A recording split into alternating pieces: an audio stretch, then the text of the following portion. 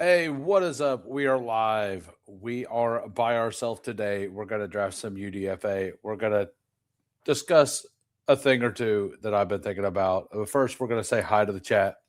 We got Pepper Tony here. We have Chris. Welcome. We are. We will get to the rest of the chat. I'm sure people will be filtering in after the intro. Hey, we're grinding through the torment. High volume, no management. Taming souls indecent.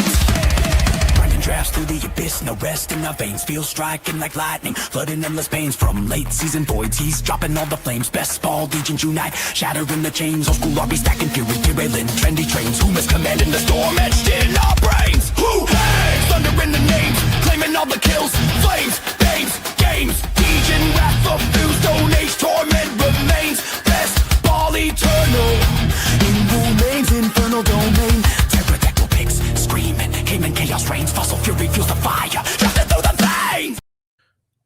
All right, we are back. So let's just go over the underdog NFL page real quick. HN not available for trade. Dolphins more likely to trade back than up. That makes sense. Like they have all the holes, so why would they not?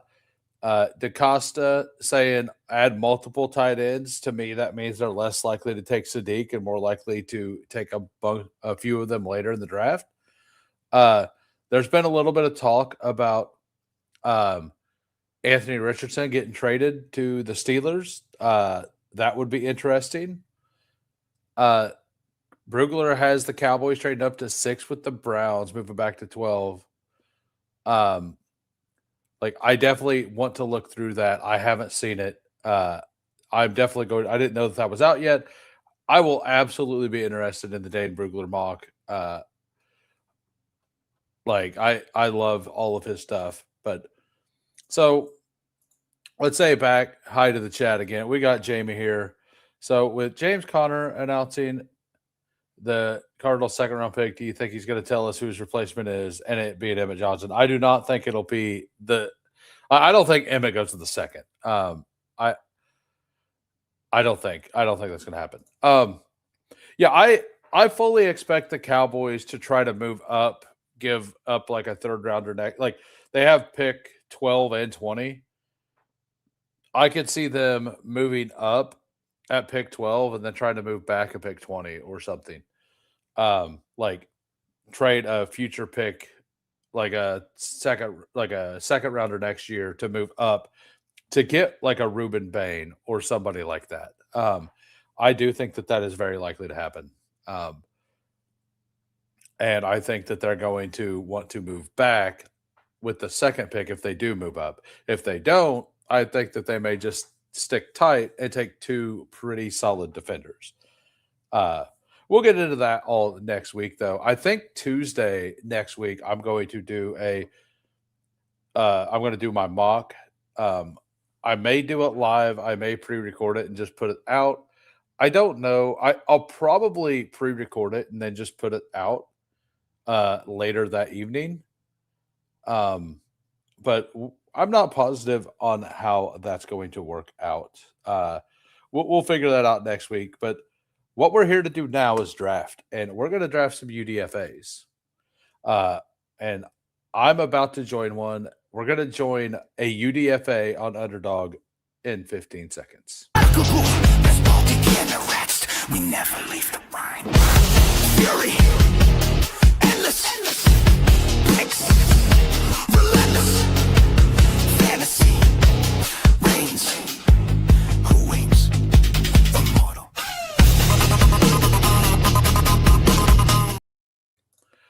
It's the number 2 pick. Defensive end is going to be the best player when we look back 10 years from now. IDP league is the number 2 pick. The defensive end going to be the best player when we look back 10. I'm in IDP leagues. I mean, it all depends on the scoring, right? Some IDP leagues have everything balanced pretty well. Other ones don't. So it's all depending on the scoring. I can't give information on without knowing every single thing that you guys do scoring on. I can't really give an opinion on that. Some overrate solo tackles, some overrate sacks. So there's just so much to it. We have the 102. We got Dak at the 3. We got Danimals at the 4. We have JT at the 9. JT finally gets in. Welcome everybody. Thank you for popping in as well. We will be taking Bijan or Gibbs for sure every time. Like, I think Gibbs is going to be the 101 whenever we get to the regular season. Hey, you did. Yeah, I see that. That's awesome. What's up, Danimals? Yeah, so in my experience for IDP leagues, I used to be in a very, very deep IDP league. And it was very balanced scoring, but there was way more involved with it than just that. It was auction with salary caps and contracts. So like, and the rookie deals were all on 3-year contracts. Every pick had a guaranteed number of the value. So like the 4th pick was $23 or whatever. Like, so just because of how much money you spent. So like all of my, like, those were the kind of leagues I was in. If it's just straight points, like, I'm going to guess that the defenders are never worth the top picks. Because it's more likely to find a good, like, less people do research on the defense. So if you're doing the research on the defense stuff, it's going to be easier to find the people who fall through the cracks, right? So if you get really good at the defensive side, if you spend all of your early picks on offense, like where you have more lean, like it makes more sense to me. Myself, there are a couple defenders. So you say, appreciate it. I was thinking more talent-wise, but the scoring system is big. Yeah. You just did the call from the wife. Didn't want to screw up your draft. That might, yeah. You're definitely making a decision there, JT. You're definitely making a decision. I appreciate it. I don't know if you're going to appreciate it later, but I do appreciate it. Just let your wife know that I was happy you did that. That'll make her feel way better. I'm sure that'll excite her. What's going on, Aaron? How we doing? Yeah, thoughts and prayers. Thoughts and prayers, sir. Yeah, so, like, if we're just talking pure talent for this year's draft, I personally have Ruben Bain at 2. Or actually, I have Ruben Bain at 1. I think Ruben Bain's the most talented player in this year's draft. That's my own personal take. But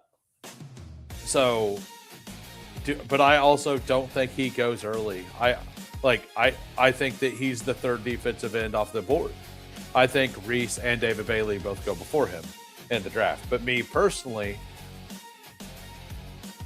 yeah, let's take McBride and see if the wheel will take both of these guys, because I'm happy with either one. I don't have very much McBride, so like, and I'm perfectly fine with Nico as well. So like, we'll see. I kind of figured that they wouldn't want to go 3 RBs in a row, and that would give me 2. So we got Bijan, we have Chase Brown, we have Trey McBride there.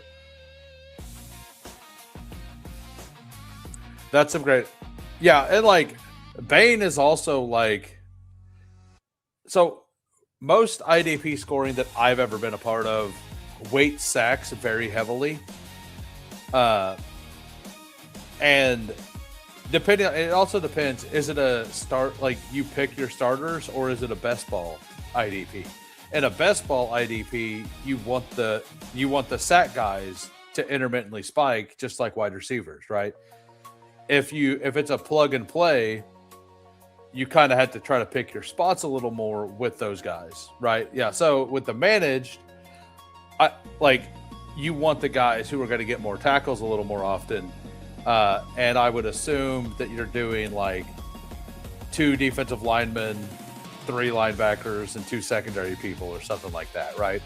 It's not just straight like 7 defenders, right? I would take Sonny Styles at 1. Like I think Sonny Styles in all IDP, especially managed, Sonny Styles should, in my opinion, easily be the one. And I think that in the managed style, I think that like I may have Bane at 2, I may have Caleb Downs at 2. I don't know, because of the whole managed aspect of it. There are a lot of really good like this year's safeties are really good. The linebackers, there's 2 awesome ones, and I like the defensive ends. There's also a bunch of solid ones. So like, if I were to pick one very early, it would be Sonny Styles, because after Sonny Styles and CJ Allen, like I do like, I think his name is Rodriguez. I do like him some, but there's a massive fall off between Styles and CJ Allen, and then another massive fall off from CJ Allen to, I believe his name is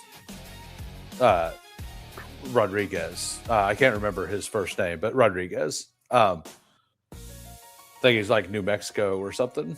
Let me go find that real quick. Pro NFL draft, big board. Where are we at on this draft? We're there. So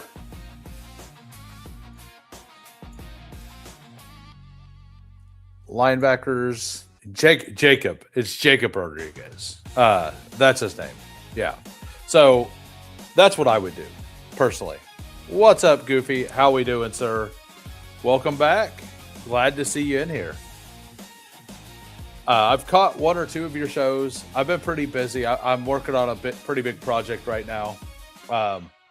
Hopefully I can get it done in time. We're going to take DJ Moore here. I think DJ Moore should go higher than he does, especially you got the we finally have a number 1 target again for Josh Allen. On the other side, he goes at the 3-4 turn. So I think I'm fine with this. I think I'm perfectly fine doing that. And we're going to pull up Rome Odunze.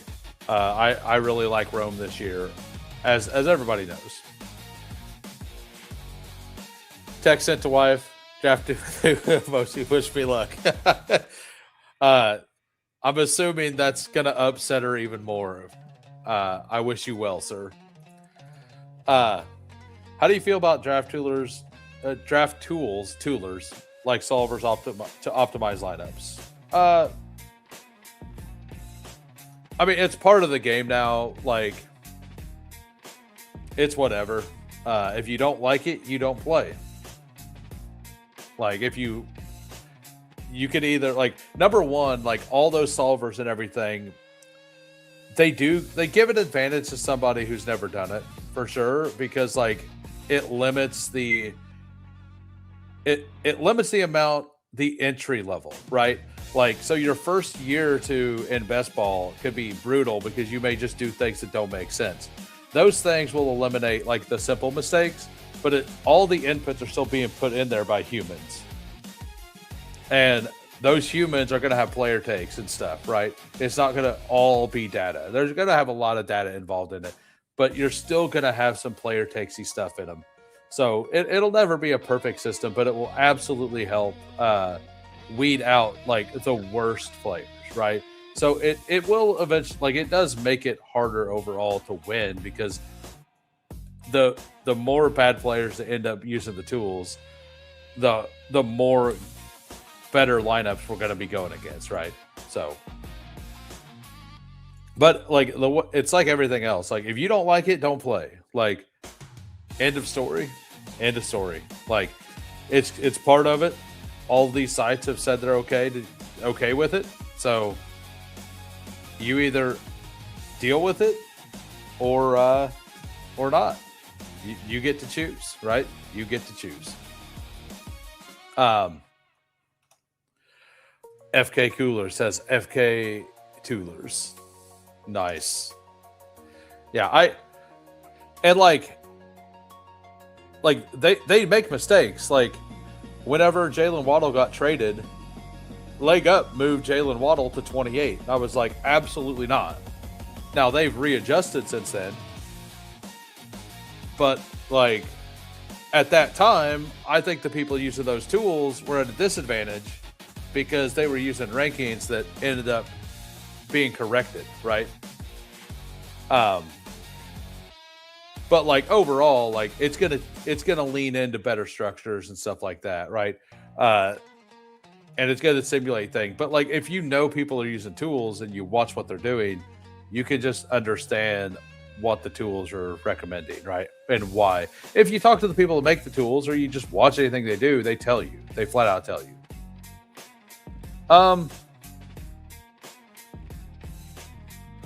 Do I want to do this? Let's go with Jordan Tyson. The league seems really high on him. I'm overweight on him. I like him more than Mekhi Lemon anyway. I have Cardell Tate clearly over both of them, but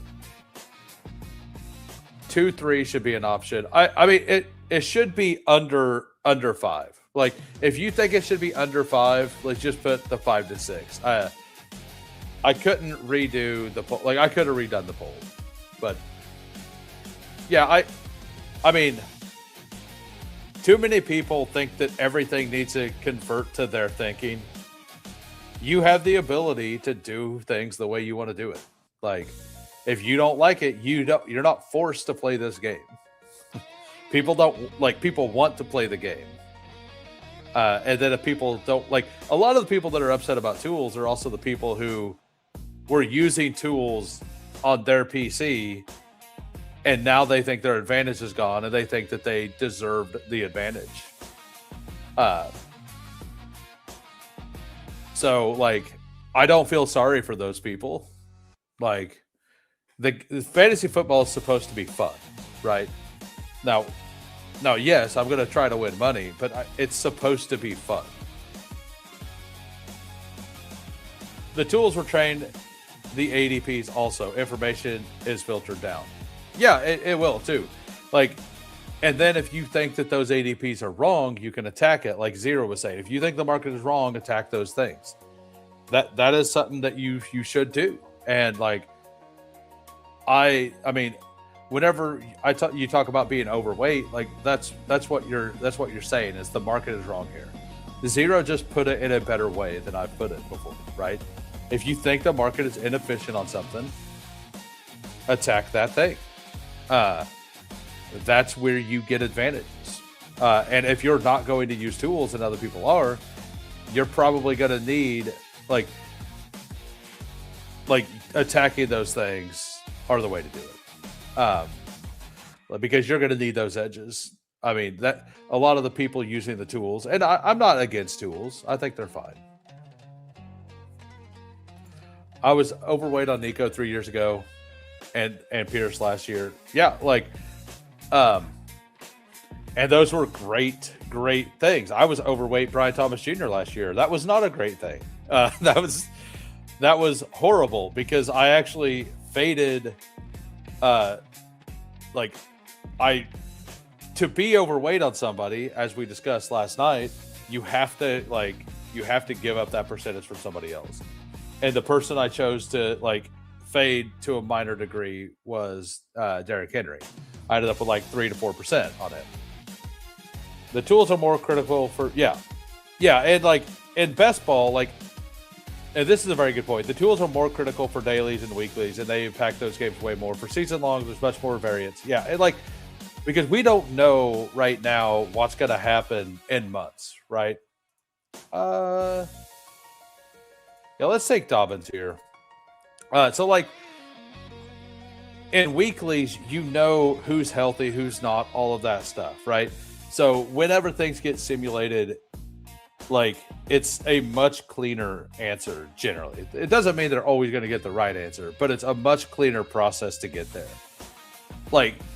The tools now, they have to project injuries and all that stuff. And if they're going to simulate a season, it's basically like loading up a Madden and just simming it.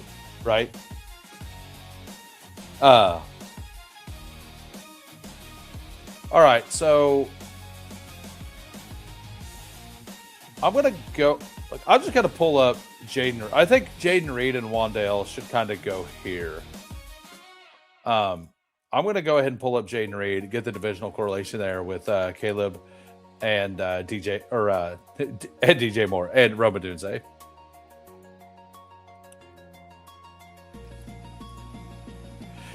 Taking stances on mid-round wide receivers is a lot less expensive if you're wrong. Early stances will mean much more variance in overall outcomes.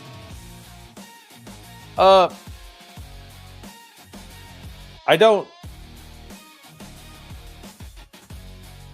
think I don't know if that's true. Like, there's going to be a player at a certain position that's needed. Like, there's going to be a player at ADP that was the best pick on the board, right? The last 2 years, that pick has been in the second round. That doesn't necessarily mean that it's going to be in the second round again this year. And if it is in the second round, having the overweight second round will be what matters. If it's JSN, like last year, JSN was also like, is JSN and Jonathan Taylor were the best picks on the board, right? But then like QJ looked like he was one of the best picks on the board as well. So like, I do think like it matters on who ends up becoming the best pick on the board and like how important the players around those picks were, right? Like the fade matters a little more. Like I think it's better to find the people who are not worth the price than it is to, like, I don't know. Like, I think it's just as important to find the players who aren't worth the price as it is on finding the people who will smash their price.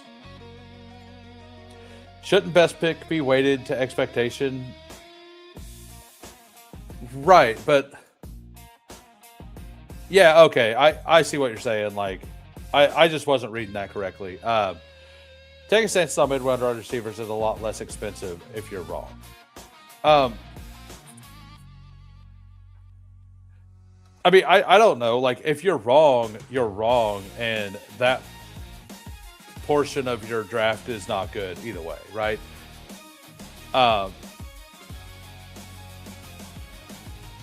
Like, I see what you mean. Like, CLV, like, draft capital-wise and everything, yes. But I'm not sure if I believe that. Maybe you are correct there. Let's go. Let's go with Jalen Coker. I don't take him a lot. And then we'll take Malik if he's there, I guess.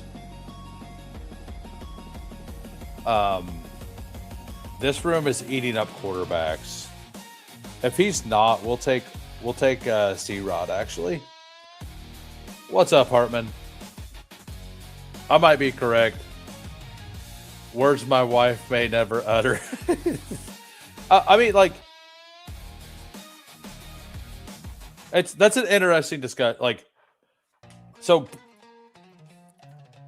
people who had like, and it also depends on the game, right? Like, as we discussed yesterday with Steve, like those big stands on the correct players matter more in total points, because on underdog it's all about the variance, right? Like you got to get through the variance of the 1 of 10s, 1 of 10, or the 1 of 13, 1 of 16 weeks into the finals. So it's not just about having the best person throughout the whole season. It's about getting the right players to the playoffs. But I do, like, that doesn't mean you definitely need to get as many teams as you can there. And like the best picks are the ones like JSN last year, who got you there, and then the players around him at ADP weren't the ones you needed in the playoffs, right? They weren't the ones required.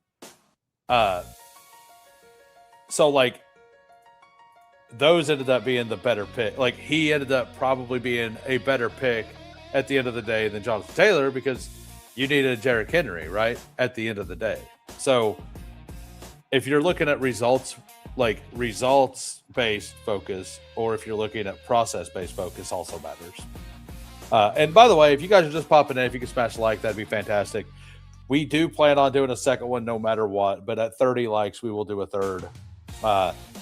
And we may multi-table if we're feeling like it, just two, but we may end up multi-tabling depending on how things go there as well. All right, let's look at the teams here. We got JT finally got in the draft with us. You got Jonathan Taylor, Saquon Barkley, Travis Etienne, Lamar, Christian Watson, Parker Washington, Cortland Sutton, Pearsall, Laporta, Stafford, Ferg, Kelsey. So you went your 3 RBs, then you got Lamar, 4 wide receivers, and then 3 tight ends. I'm curious to see what you do the rest of the time. If you're going to stop at two quarterbacks, I assume you stop at 3 tight ends there. Those are solid tight ends. So I think you could stop there. Now I'm upset I took Malik Willis. I wasn't expecting... I was not expecting everybody to fall back. We'll take Andrews, though, here. And we'll go ahead and take a third quarterback on this one. We'll stop at those 2. Color-coded drafts are cool. Yeah. Yeah, that's exactly what he did. Other than the quarterbacks, they got split up, right? All right, so our team, we got a 3-3-5-2 right here. We got Caleb Williams, Malik Willis, and Bryce Young. Running backs, Bijan, Chase Brown, Dobbins. Wide receivers, DJ Moore, Roma Dunze, Jordan Tyson, Jaden Reed, Jalen Coker. And then tight end, we got Trey McBride and Mark Andrews. Not the worst team.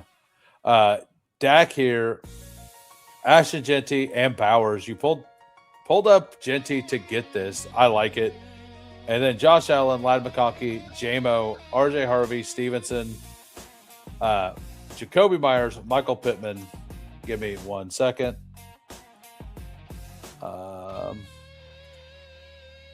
Mutant servers. All right.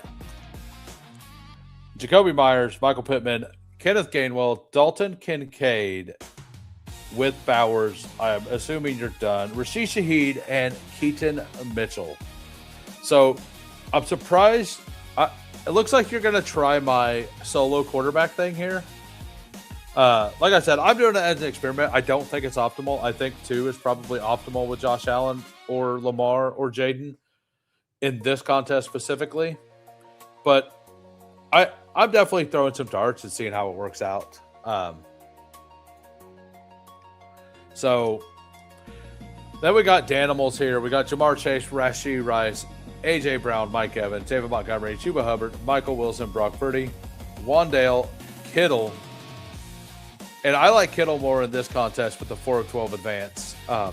Chris Rodriguez, Jalen McMillan, and Cam Ward stacked up. So you got Kittle stacked up. You got Cam Ward stacked up with Wandale. That is a fun team as well.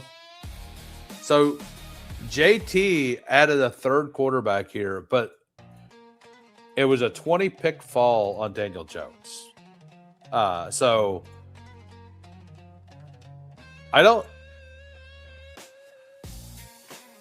I feel like you may end up being weak at wide receiver.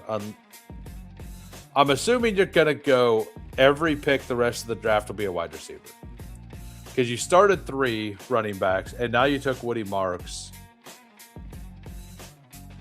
I would assume that that's what you're going to do, but we will find out, right? We will find out. What's up, Frankie? How we doing, sir? How we doing? W for Omega. I think W's getting ready to go on a vacation.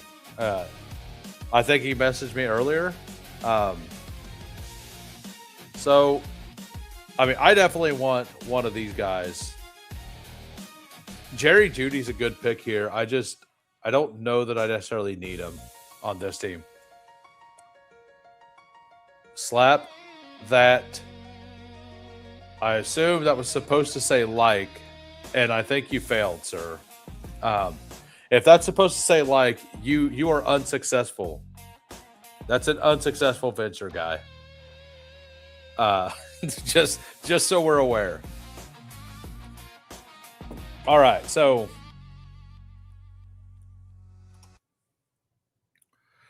Dylan Sampson would be a fine pick here. You know, I think Jerry Judy, like Judy at 170 is fine. Like even if they add somebody, it's fine, right? I kind of like some of the RBs late. And by the way, how many of you went after the stream last night and watched Terry and Stewart?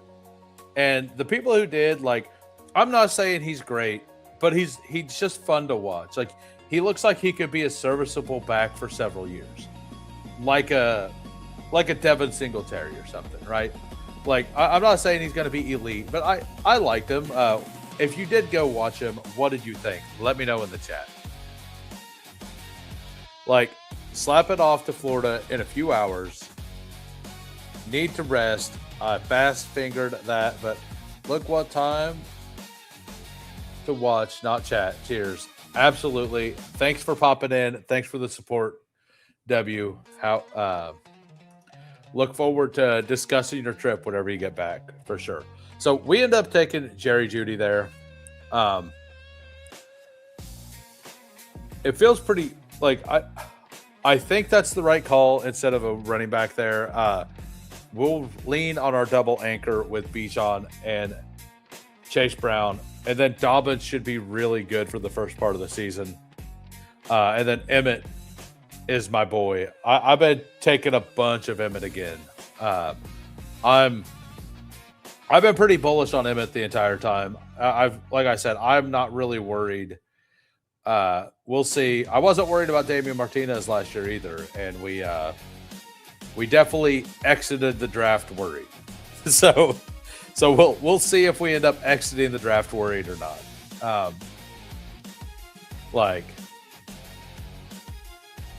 So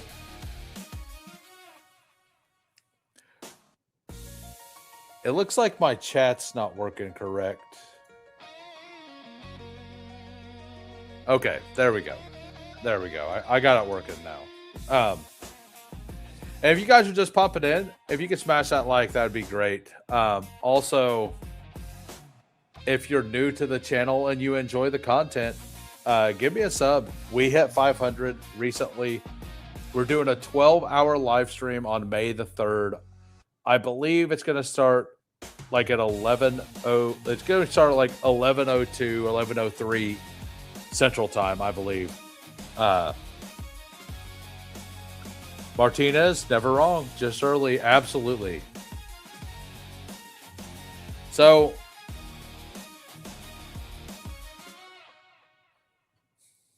which I'm still not sold on the Jordan James stuff. I have 4%, but like I don't love it.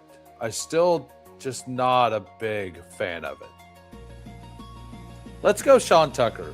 I think Sean Tucker's going to have a role for sure. He fits what we need here a little bit. I can add one more upside swing, like a Seth McGowan or something at the end of this draft. So I have room for 3 more wide receivers. It's going to end up being a 3-6-9-2.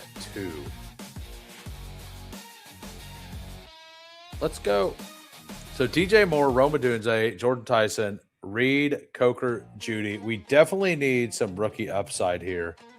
And I kind of think that the Dolphins aren't going to take an early receiver. I think they're going to take a offensive lineman or defender, like a Mansour Delane or something, early. So let's take Jeremy Bernard here. So, and the reason I'm mentioning that right now is because I do have Malik Willis. I think they're more likely to get, like, they have the 4 third-round picks. I think they're likely to get a guy like Surratt or Ted Hurst or somebody like that. What's up? How we doing? If you guys aren't subbed to Best Ball on Call, give him a sub. Also, Goofy Chicken, go give them a sub as well. I forgot to mention that earlier. I apologize, sir. But go give them a follow as well if you are not. And Jamie Pirogue, that's my bad. Big Game James. Give them a follow also over on IDP Center. Who do you think is most likely to smash between Keaton Mitchell, Sean Tucker, and George Holani? To smash, I think it'd be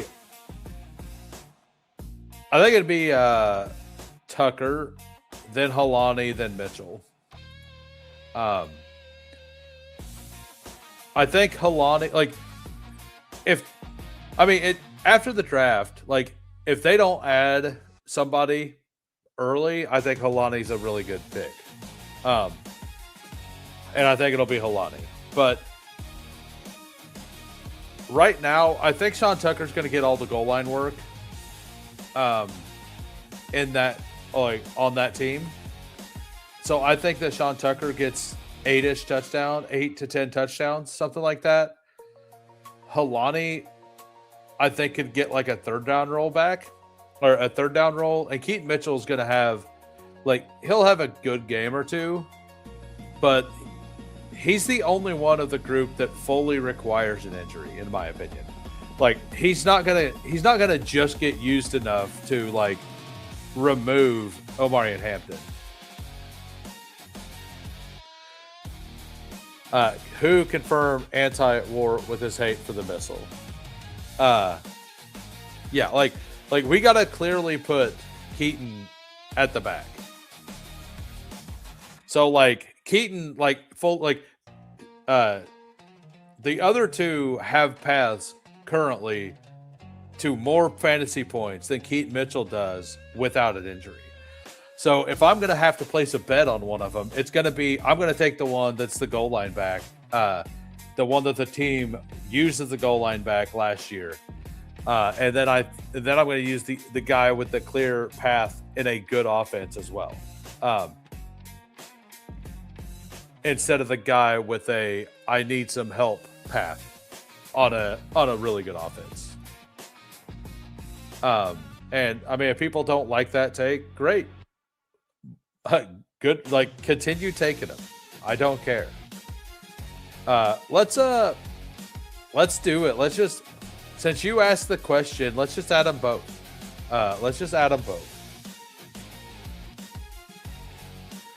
Oh yeah, I agree.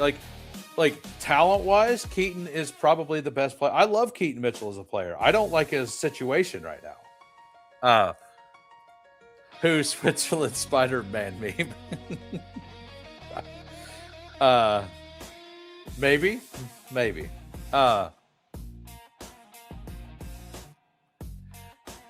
Keaton Mitchell about to put Hampton in the Mostert role. If we could get 21 touchdowns, I think it's worth the 17th overall pick. Even without yards. Call me crazy.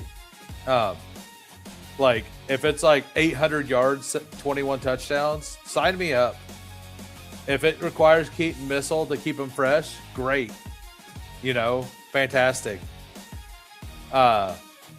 Hampton and Vidal are both receiving backs.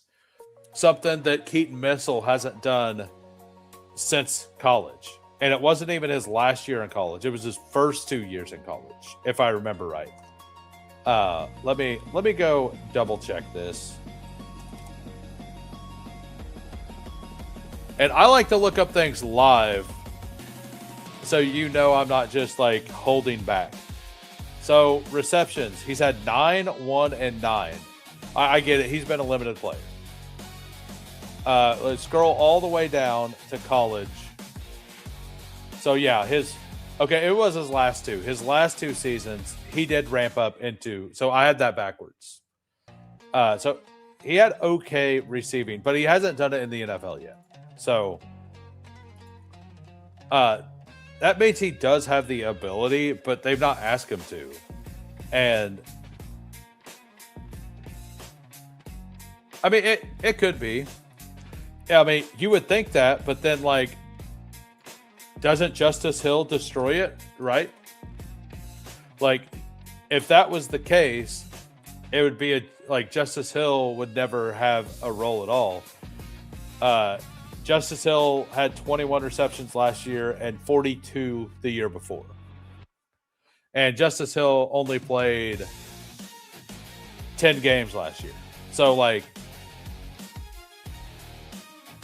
yeah, so like, we'll look at the chart here in a second. I brought it up. I just didn't want to miss this pick. Well, we'll get into that, Chris. We'll take Tyquan Thornton. So, if that was the case, it was, but like he's the third down back. Keaton Mitchell's not going to be the third down back, in my opinion. It's going to be Kamani Vidal.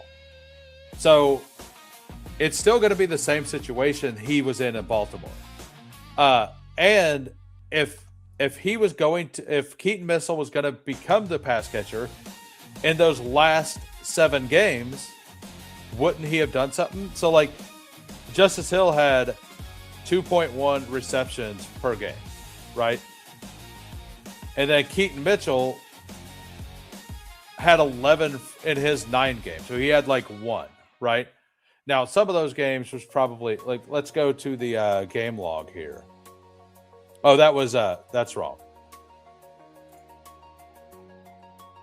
So at the end of the season, he had 2 games with 2 receptions, but then he had 4 games with none. And we all know that Derrick Henry wasn't the receiving down back, right? Like they were bringing somebody in, and Keaton Mitchell couldn't beat out Rasheen Ali for that. I believe Ali ended up having like the third down like stuff. Maybe I'm wrong on Rasheen Ali. How do I spell that? Okay.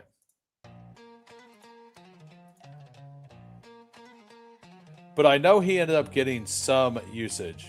Yeah, so he ended up with 9 receptions as well. Rasheen Ali ended up with the same amount. And look, it's because they didn't like Keaton Mitchell in that role. Like when Justice Hill went down, Rasheen Ali finally started playing. And that's what happened. So like I don't see a path to where the 2 guys who are catching the balls in Vidal and Hampton get removed by the guy who's never done it and had an opportunity to do it. And whenever they had that opportunity, because the other guy got hurt, like they moved on past him to do something else, to add somebody else there. So like there's a lot of reasons I'm out on it. Keaton Mitchell's metrics are better than Achane. He's just been injured.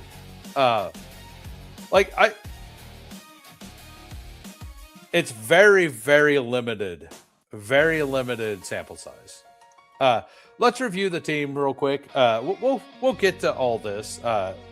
It's a fun conversation. I love talking crap about, like, I like Keaton Mitchell as a player. I had like 15% last year. Like I liked him. I thought he was a great late pick. Like I am not in on the new price on the new team. I'm not there. We got a 3-6-9-2. Quarterbacks: Caleb Williams, Malik Willis, and Bryce Young. Running backs: Bijan Robinson, Chase Brown, J.K. Dobbins, Emmett Johnson, Sean Tucker, and George Halani. Wide receivers: DJ Moore, Roman Dunze, Jordan Tyson, Jaden Reed, Jalen Coker, Jerry Jeudy, Jeremy Bernard, Ted Hurst, and Tyquan Thornton. Tight ends: Trey McBride and Mark Andrews. I like my squad. It's not elite, but it's pretty solid. Yeah, that's what I think. I think it's a solid squad. It's super hard to earn a role in the NFL as a running back. You can't pass block or play special teams. Reason why guys like Jaden Blue or Keaton Mitchell work out a ton. Yeah. In the NFL, and you don't work out a ton, right? Yeah. Yeah, I fully got what you're saying. Facts, limited sample size, but the numbers are what they are. Like he's a fun guy, like, but he requires injury to succeed. and the other two in that sample don't, in my eyes. Like Sean Tucker doesn't. Like Halani requires Seattle to continue to be dumb in the offseason. I agree with that. Like they've already made several bad decisions this offseason. Why not follow it up by not drafting a running back as well, right? And I think Halani's fine. I don't think he's great, but I think he's fine. All right, let's look at Dak's team. We got a 2-7-9-2 here. Got Josh Allen, Fernando Mendoza.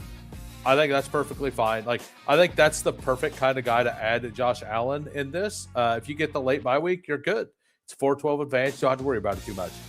We got Ashton Jeanty, RJ Harvey, Ramondre, Kenneth Gainwell, Keaton, my favorite player in the NFL, Mitchell, Katron Allen, Damon Claiborne, wide receiver, Ladd McConkey, J-Mo, Jacoby Myers, Michael Pittman, Rashid Shaheed, Jalen Naylor, Darnell Mooney, Pat Bryant, Keon Coleman. That absolutely works. This is really good. You got your anchor here. You got three guys who got guaranteed roles, and then some big shot plays. Like, I do agree that like Keaton Mitchell has a place in best ball. I just don't think it's at 150. I think it's more like 180. Katron Allen and Damon Claiborne, that's a solid RB room. And then the wide receiver room, you got 4 guys that are going to like give you a floor, and then 5 more shots. I like it with Brock Bowers and Kincaid for the double stack. So you ended up stacking Mendoza as well. So yeah, that's a fun little squad there by Rick Cruiser. We got Danimal here, 3-6-8-3 basic. Brock Purdy, Cam Ward, Kirk Cousins, running back. David Montgomery, Chuba Hubbard, Chris Rodriguez, Dylan Sampson, Kamani Vidal, my hero, Najee Harris. Wide receiver, Jamar Chase, Rashee Rice, AJ Brown, Mike Evans, Michael Wilson, Wandale, Jalen McMillan, and Debo. That is a lot of wide receiver. And then Kittle, Otten, Freiermuth. Team feels solid. Team feels very solid. If it had a very small critique, it would be Debo would be another running back, but it didn't matter. Like, it doesn't really matter that much. And then we got JT, got to jump in the draft with us. He got 3,000 projected points here. We got a 3-5. He still went with 5 running backs with the 3 start. We'll see how it turns out. Lamar, Stafford, Daniel Jones, 13 picks past ADP with the stack there. So Jonathan Taylor stacked up with Jones, Saquon, ETN, Woody Marks, and Kamara. I don't mind the handcuff of that backfield there. Like, I think that's fine, assuming your wide receivers did get there. Watson, Parker, Cortland Sutton, Ricky Pearsall. Parker Washington plus Sutton gives you a great floor. Pearsall and Watson, huge swings there. Then Adonai Mitchell, Trey Tucker, Torrey Horton, Alec Iomanner, Jalen Knoll. I think it's kind of thin at wide receiver, but it is a 4 of 12 into a 1 of 5, 1 of 5. And this kind of team could easily spike in a single week in the finals too. And then Sam Laporta, Jake Ferg, and Travis Kelce. Yeah, it's very solid squad. I would have personally added another receiver here, but I think it works. It absolutely works. Trying different things in this context. Yeah, I'm basically like drafting some teams normally, and some teams I'm doing some weird stuff. So burnout's not here after the draft, right? Because after the draft, everything's going to change. But like, I've already drafted almost 400 teams. So we're definitely having some fun with these. JT says, Keaton is bad Kenneth Gainwell. He needs a chance to show it. He's a bad Kenneth Gainwell. I don't think that's a good comparison. Kenneth Gainwell was always a really, really good receiver.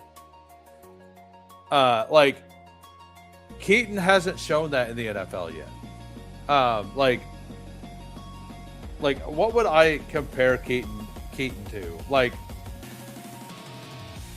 So a lot of the players that break out later in the NFL are they're the ones that have the receiving chops, like Austin Eckler,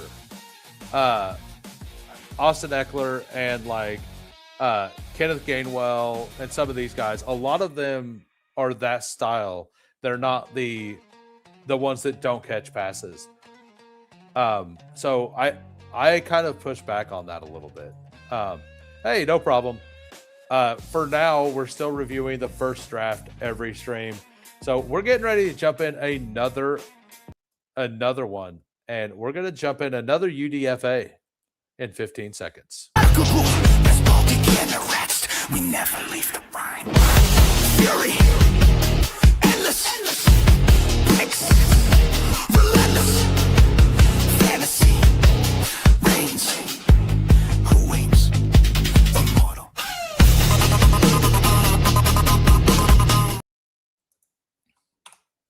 Waiting on six. Waiting on six here. All right, I guess we're going to wait on Underdog to do things, I guess. I guess that's what we're doing. Peak content right here, guys. Peak content. Look at that. Isn't that sweet? Isn't that pretty cool? Isn't this a cool screen, guys? It's a great screen. Gotta love it.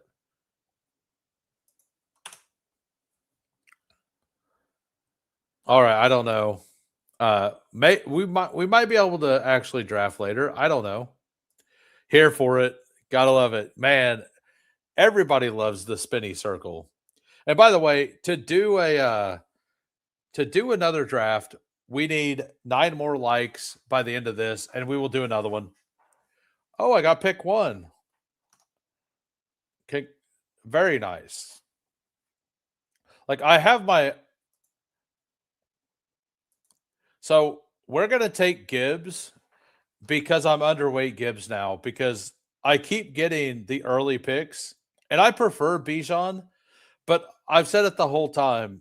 I don't want to be 13. I'm 12.9% Bijan and like 7.8% Gibbs. That's wrong, right?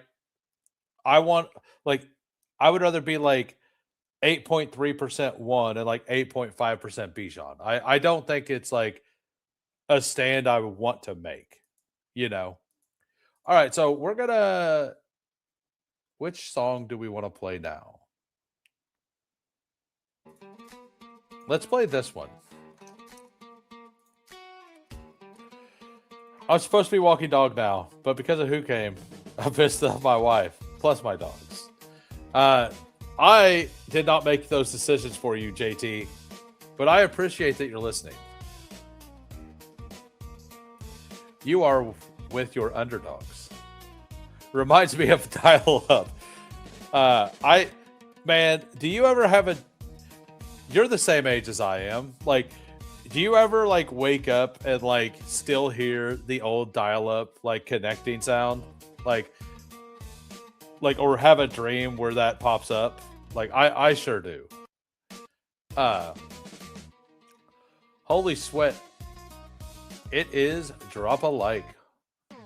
How sweet is it? Why'd I add an L and a Y to how? I don't know, but I sure did it. Every once in a while I hear it. If you want that sound, call a fax line. I need to download that sound. That's what I may do that. I may find I think I may find that sound, and every time I get that I'll play it as a clip so we can all remember. I'll find that sound and I'll add it to my bar. Just to entertain myself and to annoy the rest of you. You're welcome. Now I just woke up 2 times a night. Nice. Yeah. Yeah, that is exactly how you find it as well.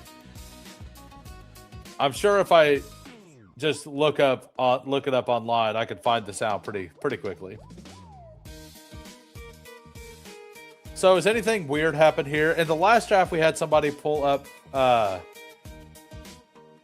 Actually, did I not review their team? because the 3-hole was a member of the Who crew, and they did Genty, Bowers, Josh Allen. No, I did review that. I just, because you ended up with the Mendoza as well. I just forgot that was the team that pulled up. Yeah, that team actually ended up fairly nice too. So it didn't feel like you lost anything there.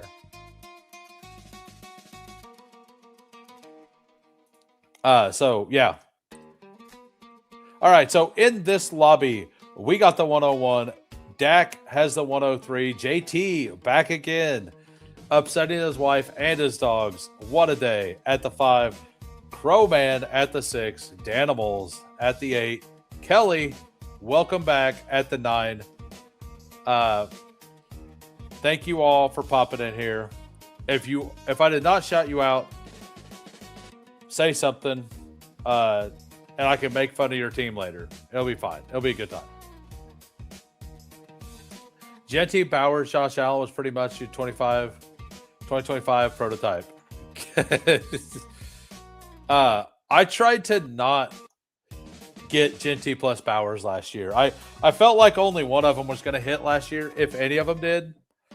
And honestly, like, if you look at like per game stuff and you factor in the fact that Bowers was hurt, he was pretty dominant still. And how bad the offense was. All right, so I'm going to take a George Pickens share. I don't take much George Pickens. I'll take a share here. I've got like exactly 4%. I mean, so a sub is like underneath the channel, there'll be a subscribe, and that's how you like turn the bell on and all that. I don't have those turned on yet. I'm working out. So like, I basically want to plan for what I'm going to do with the memberships before I do that. I'm going to probably turn them on the day of the, like, maybe before the 24 or the 12-hour live stream. But I'm going to have a plan for those around then. So I'm not that worried about it at this point. I appreciate you wanting to, but like, I think I know what I want to do with it. I think I'm going to do like a tiered membership thing, assuming I can at my level. But like, I'll probably start limiting reviews to members. But the first tier is going to be like pretty cheap, and then the second tier will offer more, basically. Second tier may offer rankings or whatever. Are you streaming the draft at all? No, I will not be. The draft is one of those things I love and I like to enjoy.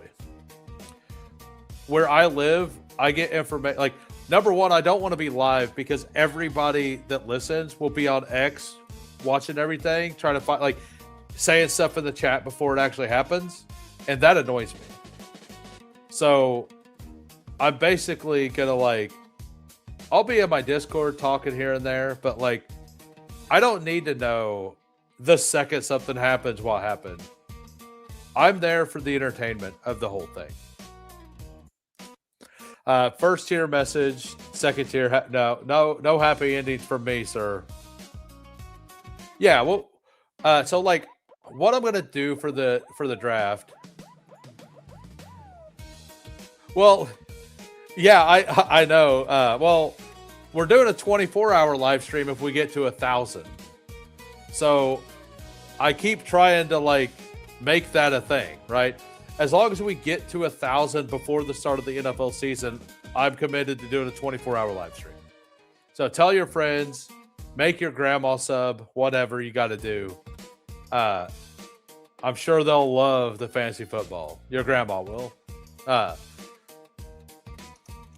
Yeah, so I'll be chatting in the Discord the first and the second day. I am going to go live. Like, so I did it last year. So the day before, I'll probably go live to do something. But on the Friday, I'll also go live. And I'm going to do a fantasy mock for just round 2, like, or for round 2 through 5, basically. So basically, I'll use the draft picks that are available. Let me make these picks. Let's do this. Let's Cam Scatabo, DeAndre Swift. I've been talking about how I like both of them a lot. Let's just do it. All right, so like on Friday, I believe the draft starts 6 p.m. Central. It might start earlier, but I have the day off. I'll probably go live early. It'll probably be like at 2 p.m. But I'm going to go through and like talk about what I think could happen for the fantasy players that are going to get drafted. So like down to like Ted Hurst and like all the players that the 21 players that I think are fantasy draftable, basically, right?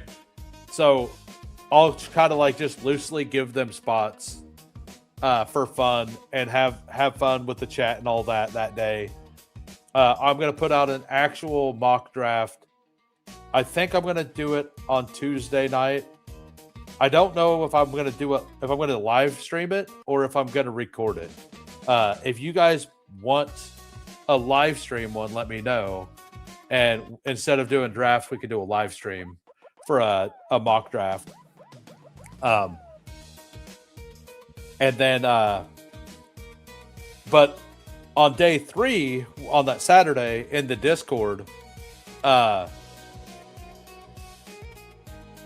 after round 4, because after round 4, what happens in the draft isn't going to affect fantasy that much.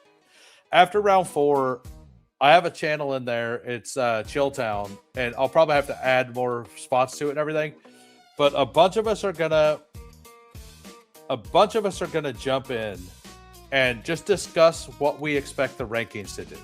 So, like, basically gonna make rankings live for when Bestball Mania opens during round 5 through 7. So, like, I'll just be on my computer. I'll have my headset on. I'll be listening to the draft. But we will also be discussing. There's just several people who are going to be in there discussing rankings and stuff. Anybody is invited. Just got to join the Discord and then be around and have voice chat. And if you don't have voice chat, you can always just listen and then type as well. So that is something we will be doing as well. So the team right now, we have Jahmyr Gibbs, Brock Bowers, George Pickens, Scatabo, and DeAndre Swift. There's going to be like 0 Gibbs, Scatabo, and Swift teams out there. Because I pulled 2 players that have in this entire contest are going at the 5-6 turn to the 4-5 turn. 2 players that I think should go higher as well. Record it. What are we recording Thursday morning? The mock. I mean, I'm easily taking Jaden Daniels if he makes it to me. That is not a question. No, I think I'm going to do it Tuesday. Like, Tuesday is going to be the day I do that. Granny has Alzheimer's. Easy to manipulate. Thanks, JT. Hopefully you're there for me. It sounds like you're not there for your grandma, but at least you're there for me. All right, we'll take Pierce and Marv here. Why not? The Friday night. It makes it more impressive, but like, I'm doing it to have content for Friday. It's more just to have content for Friday. I will probably mock like the second round spots in the live stream. Like, if we're going to do it live stream, I'll probably go ahead and mock the second round picks as well. And then like fully readjust when everything goes wrong, right? And then after round 1, go back and do it. It's what I did last year. I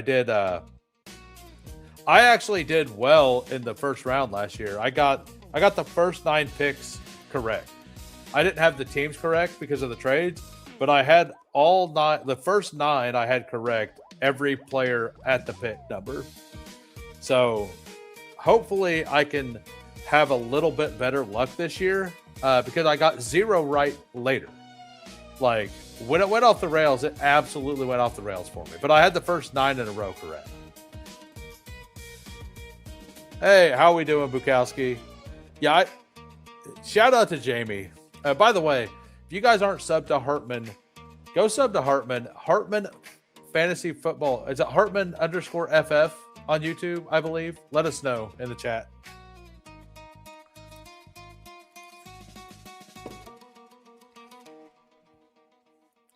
I'm sure we'll get there, but I promised another draft if we get to 30 likes.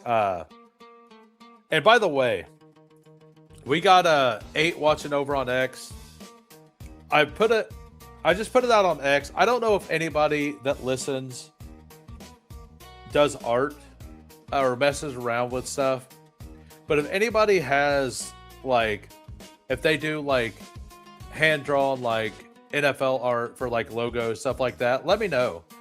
I'm looking for some stuff to use for the channel. So like even if you've done the entire thing in AI style or whatever, I don't care. Like just I'm looking for something that's basically not copyright that I can use. That like just get a hold of me. We can figure something out if you do stuff like that as well. I got a project or two, and I'm gonna use what I can for now, but I would like to upgrade it over time and use like some cool hand-drawn art.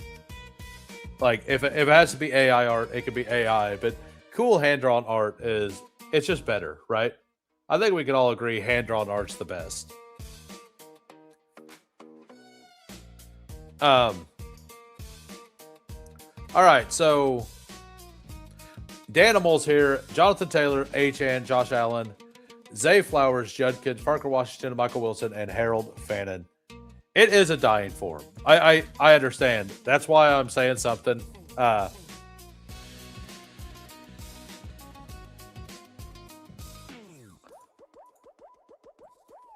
Pepper Tony says AI bad, right? Like, I may actually reach out to my cousin. She's pretty good, but she doesn't do anything like this. So, yeah, we'll just take the Ricky Pearsall, Brock Purdy corner there. Your wife does poetry. How can I mail to you? I mean, assuming she's talking to you after this, you can get a hold of me in Discord. You can. Good luck tonight, sir. Good luck. Yeah, so we end up getting our quarterback 1 here with pottery. I completely misread that. Does she do NFL stuff that's pottery? That'd be awesome. Like, I mean, that's just cool. Like, I mean, I tried to do pottery as a kid. Like, I learned how to do it. Obviously, like summer camp stuff, church camp stuff like that. Messed around with it. I have zero patience. It's pretty cool. Like watching people who could do it. Like it's pretty cool. I don't have the patience for stuff like that. Not at all. And I respect people that do that kind of stuff because it's that's awesome. I just get a hold of me. Like, I don't know what I would do with that. Like, I mean, it could be used like just pictures of it, but like, I could do a pot. I can only do pot from tree. I don't know exactly what you mean there. I'm assuming it's a smoking weed reference of some sort. I've never have. I don't get it. Let's see what Kelly's doing here from the 9 hole. Pulled up Jefferson and Rice, Brees Hall, Travion, Lamar. Got a little bit of a Lamar fall there. Hendo, Kraft, Godwin, Jordan Love, Jadarian Price. That's a fun little squad. I assume you're going to be done at Love and Lamar. I assume that. And let's see what JT's doing. Once again, 3 straight RBs. McCaffrey, Derrick Henry, Achane, wide receiver, JMO, Adams, Sutton, Metcalf, Pitts, Laporte. So you're building the same exact style again. You stole my George Kittle. Like, is this the build? Like, are you just trying something here with this this new setup? Like, you don't have a quarterback yet in this one, but the bones are still the same of what you're doing.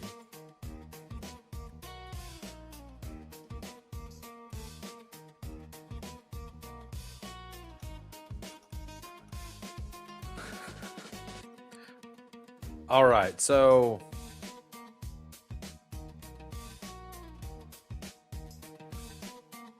definitely gonna take him.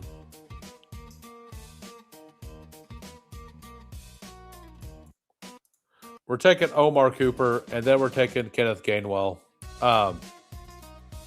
So the team right now, we got a 1-4-5-1. We got Brock Purdy. We have Jahmyr Gibbs. We have Cam Scatterbo, DeAndre Swift, Kenneth Gainwell, George Pickens, Alec Pierce, Marv, Ricky Pearsall, Omar Cooper, and Brock Bowers. I only understand. Ghost is an awesome movie. I don't specifically remember. Oh no, I'm thinking of Ghost Ship. I think it was Ghost Ship. Was wild and awesome.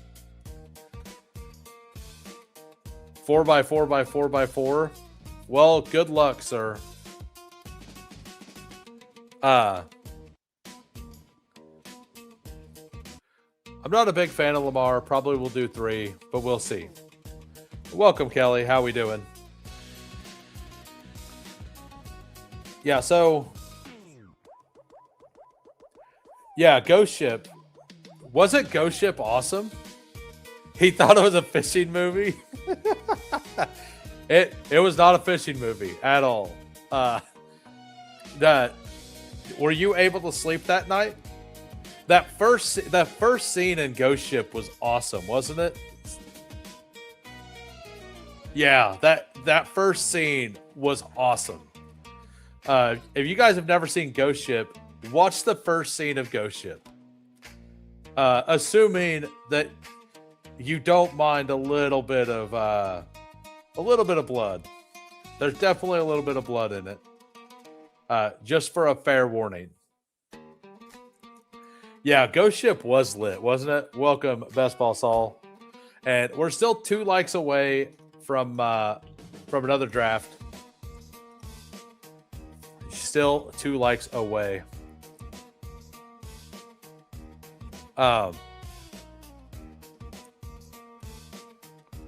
Give me 1 minute.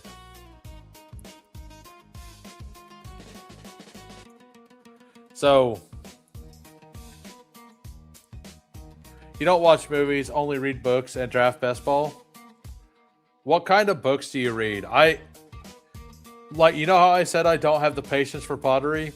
I don't have the patience for books either. My mind fleets. I wanders off. My ADHD gets to me. Now audiobooks, I can do some audiobooks. I need to get back to the series I was in. I like high fantasy mostly.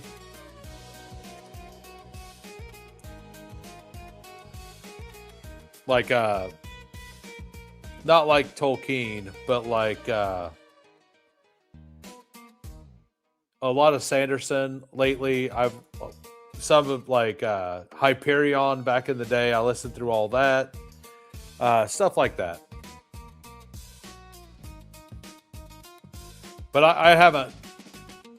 I've been a gamer most of the time, so like, not necessarily didn't get through a lot of different books. QB1 Daniel Jones, wish you well, sir. I think we do this if we're able to. I don't have a lot of Marv or Jacoby Brissett, but we might as well get them together. I do. You know, Goddard's just too cheap here. We're gonna do Goddard instead. Stop at Purdy and Brissett. Actually, economics, history, political philosophy. So, I assume you actually do like fun history stuff. Like, I did like leadership development stuff for a while. There was a lot of history style books in those. I can't remember. Like I have, like my whole bookshelf is actually those, like those and like Maxwell stuff like that. But I didn't enjoy them. I read them to learn, and I learned a lot, but I did not enjoy them at all. I definitely enjoy high fantasy books way more. But like one of the coolest books I read was it was called why can't I think of it? Freedom Shift. It was named Freedom Shift. But like it was a pretty cool book. Definitely different than a lot of things I'd ever read. My whole bookshelf is just RL signed Goosebumps. Do you still read them? I assume maybe your kids read them then. I used to have a whole bunch of Berenstain Bear books. Like that was mine as a kid. I had just Berenstain Bears everywhere. All right, so let's look at some of these teams. Let's stop talking about random children's books. That's my fault.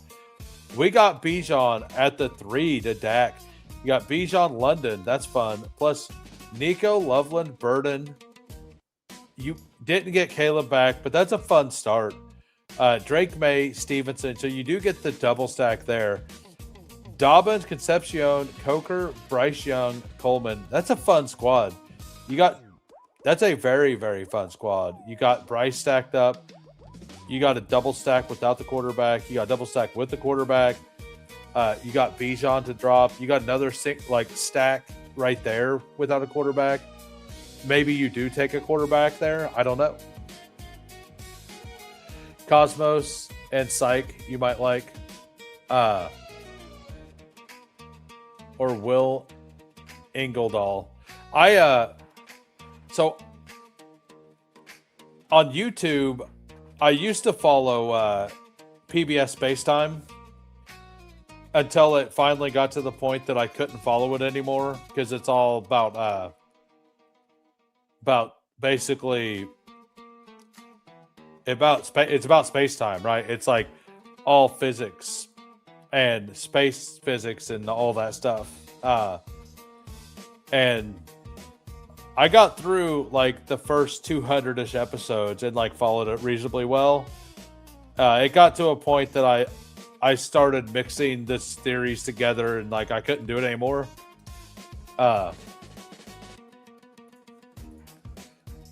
never seen that many people cut Samurai. Yeah.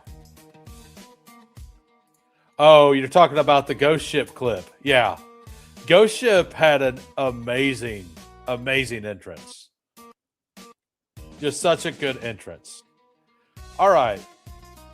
We'll take Travis Hunter here.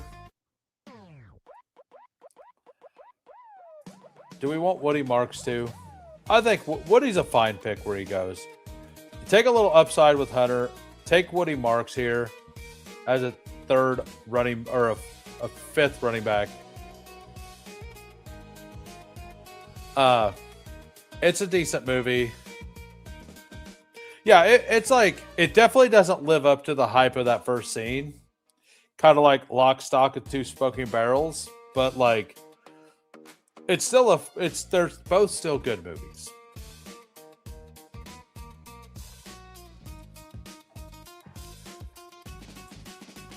All right, we got a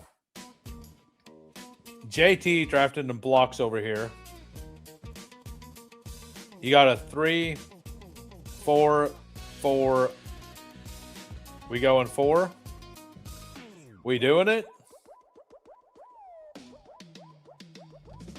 All right, and we have locked in another draft, by the way. We did get to the 30 likes. I want to thank everybody for popping in. We're going to end this poll. How many touchdowns will George Pickens score this year? 60% say 7 to 8. 3%, so that'd be one person said 12 plus.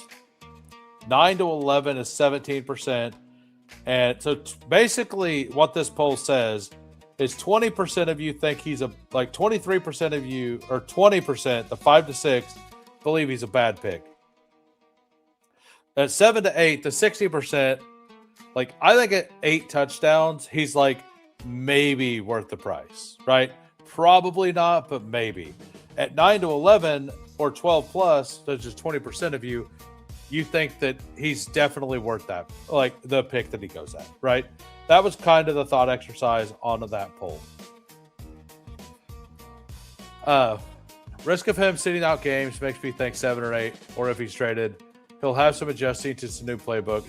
He's not getting traded. Jerry has been very...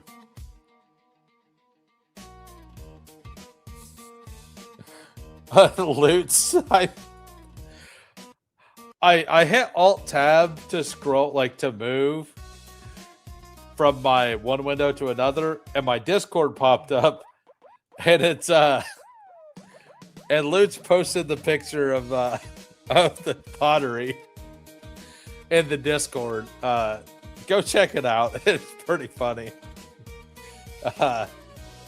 Definitely pretty funny. Yeah, I was alt tabbing and it popped up real big on my tab screen. I can't unsee that now. All right, I had to switch channels so I don't just see it over and over again. What are your best bet to rise from BBL? I mean, it all depends on, like, minus Cam Scatterbo. Like, if Love doesn't go there, he rises. Like, Omar Cooper is almost for sure going to go before pick 120 if he's picked in the top 40 picks, right? All right, so we are on the clock. Let's take Flournoy and Pat Bryant.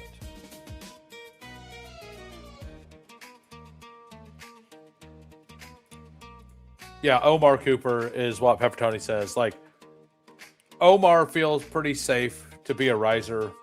Like, not only will he get the capital, like, but he's also got a whole bunch of people that are like all over him. Like, a lot of people love him. Just like Casey Concepcion. Concepcion probably rises a bunch too. Like, Concepcion, I think Concepcion ends up going kind of where Golden did last year by the end of it.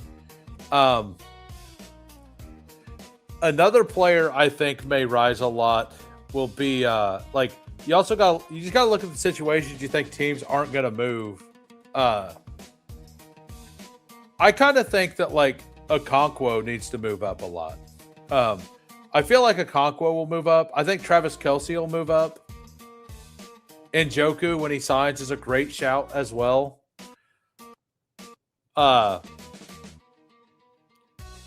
like Emmett Johnson, in my opinion, is going to move up. Yeah, Concepcion will absolutely move up. Yeah, and as Missy points out, like we didn't have an ADP when it started. Like all of those players probably move up. Like Mike Evans may slide up. Jeremy Bernard, I think, like I don't think you can count the guys going like in round 19-20 like Jeremy Bernard, but Saul Vikings working out. Delp tight end. I think the Vikings aren't out of the question to take Sadiq. To be honest with you, I could see them take Sadiq. I really could. I like the betting line is plus 1,500 for the Vikings to take tight end in the first. I don't know if it's worth it, but like a $10 bet gets you $150, right? I'm debating on placing that as one of my many draft day sweats. Do I think that they go tight end? Probably not. Do I think the odds are probably slightly better than 15-1? I do. I do think the odds are slightly better than that. All right, we're gonna take Cousins. And let's take Cousins and Surratt here. Yeah, let's do that. Then, so we got Pickens, Pierce, Harrison, Pearsall, Cooper, Travis Hunter, Flournoy, Pat Bryant, Elijah Surratt. Yeah, we'll finish with a random running back. Yeah, I think Evans moves up. So, like, all the players that, like, when they signed, they moved up massively could move up. David Montgomery could move up. Mike Evans could move up. I think Mike Evans, like, I don't know why Mike Evans goes behind Egbuka or has this entire time. I don't understand that. If you're asking what players are going to move down, I think Michael Wilson moves down. J.K. Dobbins. J.K. Dobbins, I think, moves up. Rico Dowdle moves up. I'm fairly positive that Dowdle ends up like almost a full round ahead of Jaylen Warren by the end of the process as well. And I think J.K. Dobbins and Harvey need to be neck and neck. I had a bunch of him at 110. Like, I had a whole bunch of them then. San Francisco electrical plant would like a word with Mike Evans, love. Well, so like Mike Evans, currently, yes. But I also think San Francisco is pretty live to take a wide receiver in round one. Like, I think if Omar Cooper and Concepcion are still there, I think that they go to San Francisco, and I think it's horrible if that happens to those players because of Christian Kirk. Christian Kirk did the same thing last year to a guy we all love. So other players I think may move up. Let me look through the ADPs real quick. I mean, Worthy moves up or down based on if we take an early wide receiver.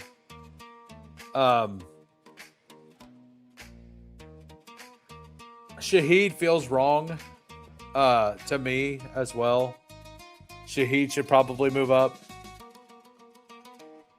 But yeah, the biggest movers I think are going to be Dowdle and Dobbins.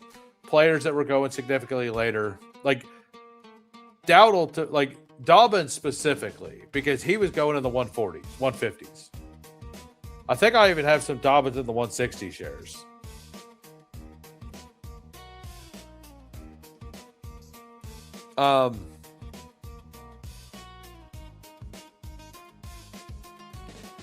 Yeah, Zay moves down. We were just looking at teams that, we're just looking at people that were going to move up. So we'll take Seth McGowan here. We got a 3-6-9-2. We got Brock Purdy. We got Jacoby Brissett. We have Kirk Cousins. Running backs, we got Gibbs, Scadabo, Swift, Gainwell, Marks, McGowan. Wide receivers, Pickens, Pierce, Harrison stacked up, Pierce all stacked up, Omar Cooper, Travis Hunter, Flournoy, Pat Bryant, Surratt.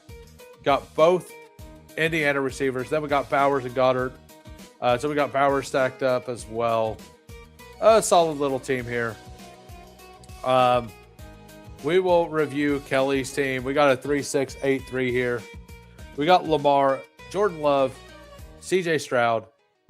Running backs, we got Breece Hall, Travion Henderson, RJ Harvey, Jadarian Price, Sean Tucker, and Najee Harris. That's a very strong running back room there.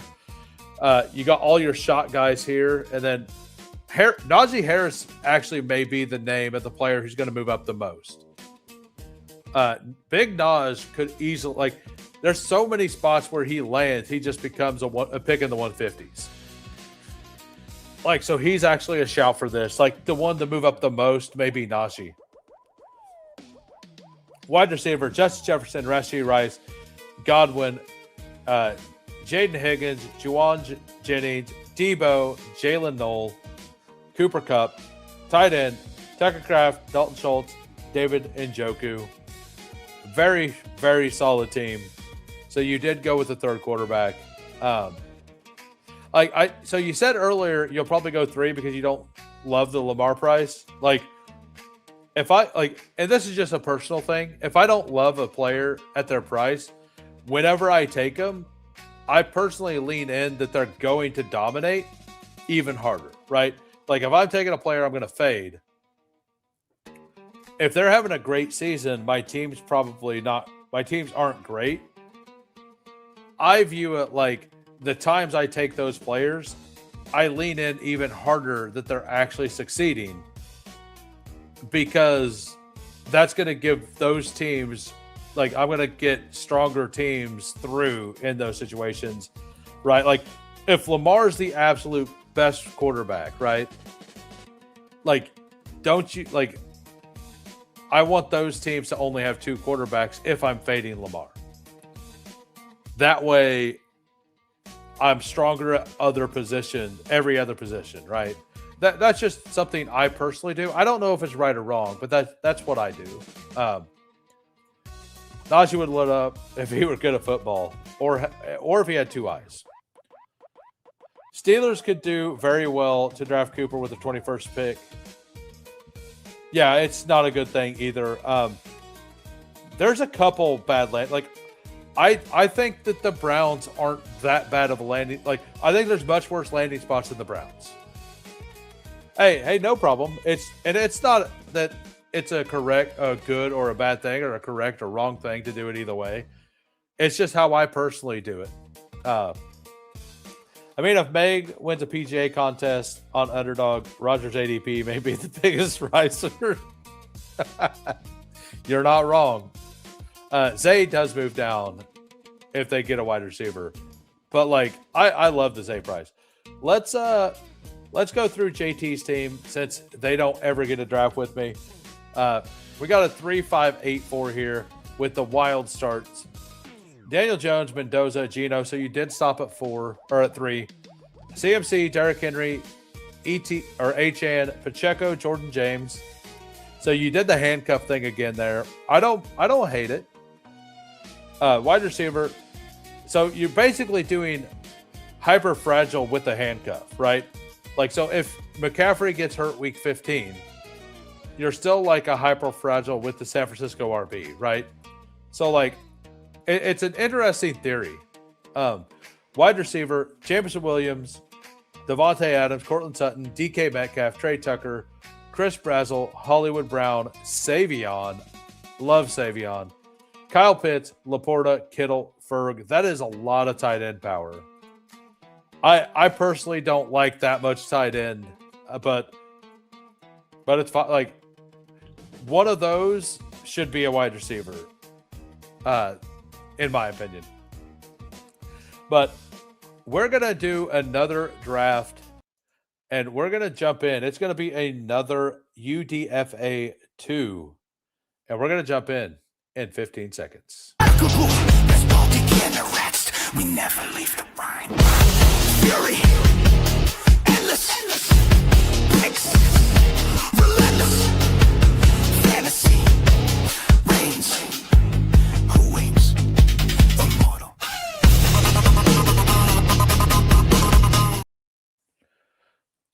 All right, let's see how long it takes to so we're 7 of 10 here. We're 7 of 10. Time for a new song. New draft, new song. Let's go.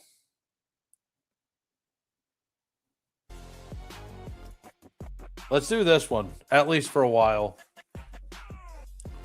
What do you agree with, the Animal? That Meg is going to make Aaron Rodgers' ADP rise? Because I think that's a fact. Zay Price seems to be like closer to his floor if he runs positive on touchdown variance. Yeah. No, I think Zay should be in the 3rd round. Kind of. Yeah, let's get him to the 5-6 turn. Yeah, let's do this. What's up, Zero? How we doing? Give me just a minute.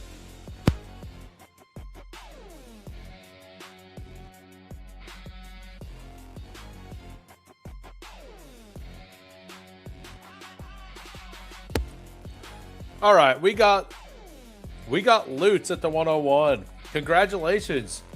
You got the front of the draft, sir. Dak at the 2. We got the 6. Gunner at the 9. Kelly at the 11. And by the way, JT, if you're still here, let me know if you ended up getting the drafters thing to work out or not. I know you were having trouble with it. Let me know if that worked. Oh, about the well, I don't think it's only. I don't think it's a quarterback specific thing.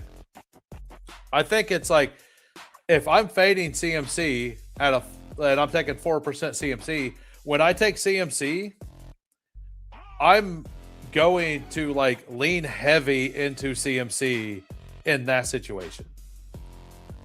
Like I may go 4 running back. You know, like 4 running back by round 10 and call it good because CMC is that good, and then build out a stronger overall team in that situation. Like, I don't think it's like whenever I take George Pickens sometime, like I just tend to like the high draft capital players that I'm fading to like I'm semi fading. I'm going to lean in even harder when I do draft them. Like we'll do that here. If JSN doesn't come around, we'll take CMC and I'll do it here as an example. Because I don't want 0 CMC, but I also don't want to be overweight. I want to be 4 to 5%. But when I build it, I'm going to build it like as he's the single best pick on the board, right? And I'm going to have like full belief that he's the best pick on the board for this draft. Now, if values fall, I change, right? Because if I love Scatabo and I've already taken three running backs, but he falls to 67, I'm still taking him. Just because I think that's such a value, right? And we haven't got a big value, and I put a sound in for to click whenever I get a massive value. Almost took Zay at 27 one time, but got him back at 46. And they got Lamar and Burrow. That is fun. Game is beatable. I had Big Dog and Zay. Needed Lamar to come back to the 5-4. Want to guess what happened? The guy after you took Zay took him. Like literally the next pick. All right, so we're going to lean fully in here. We're going to go hero RB in this build. We're going to go full hero RB. No, it's not the dryer. I mean, the dryer would be pretty fun. I mean, I'm guessing you completed the triple stack with no issues. This says Hartman. All right. This is the clip for the value, just so you guys can hear it. I don't know how loud this is going to be, so prepare.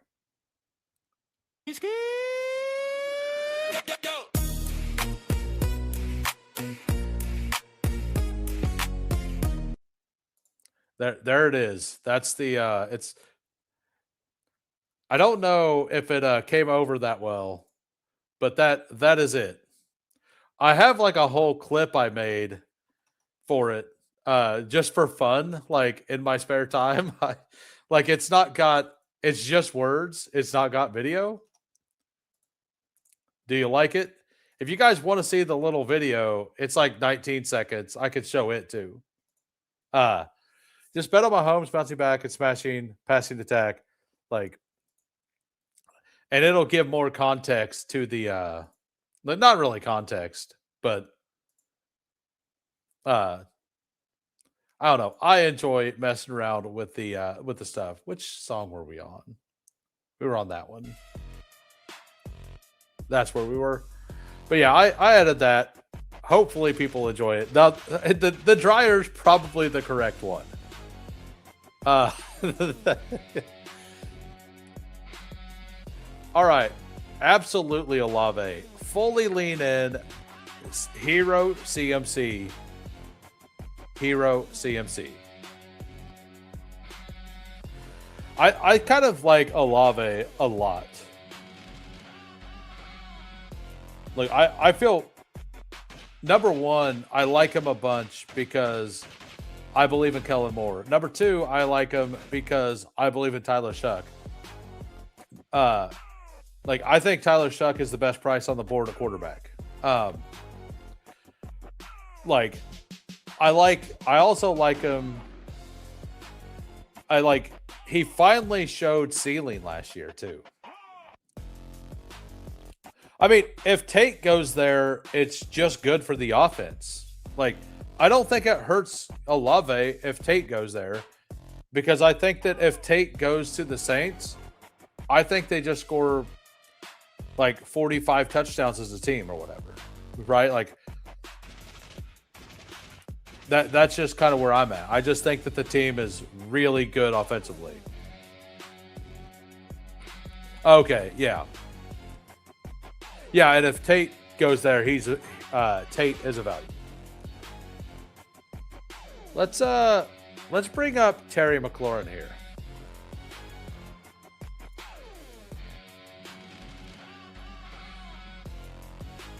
Oh, okay, you're talking target share wise. Well, I think that like he could be. I don't. There's not really a good comparison because of the style of play, but like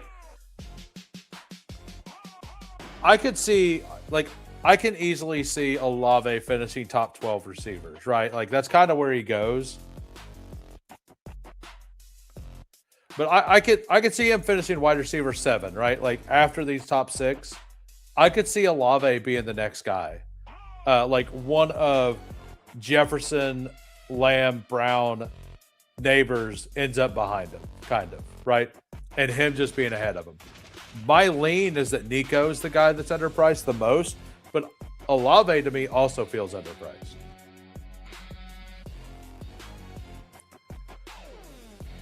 All right, so this is what we're going to do. We're going to do one of these two. I mean, you want to hear a funny joke? Want to hear a funny joke? I don't know if you're following, guy, but I feel like making a joke right now.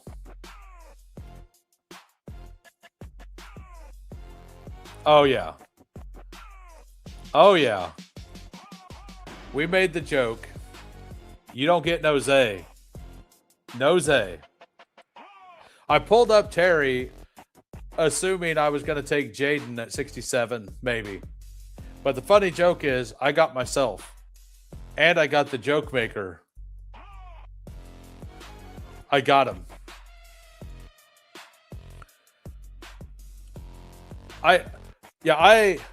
A lot of people do believe really heavy in Kyler, and a lot of people don't believe in Kyler.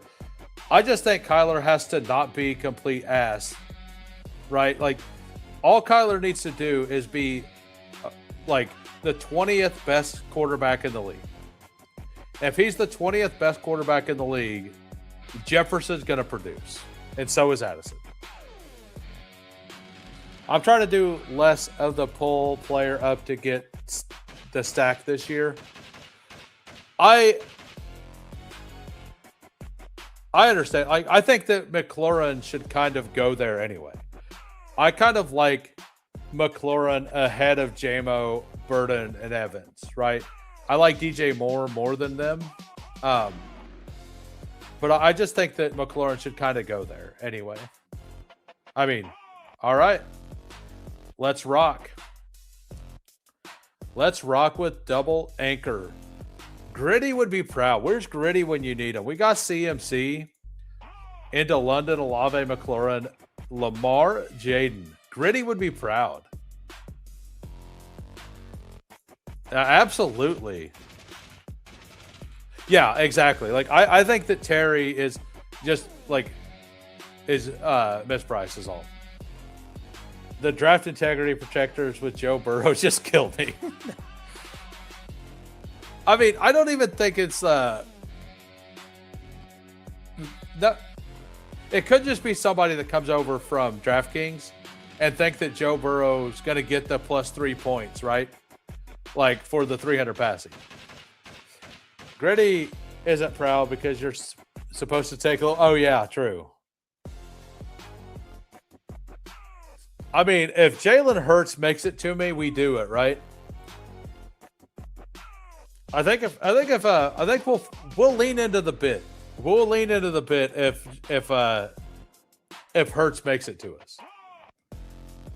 Nico Pickens and Olave are all the same tiers. Jefferson, Kyler's ass, says Pepper Tony. I do agree that Nico Pickens and Olave are all in the same tier. And here's a hot take.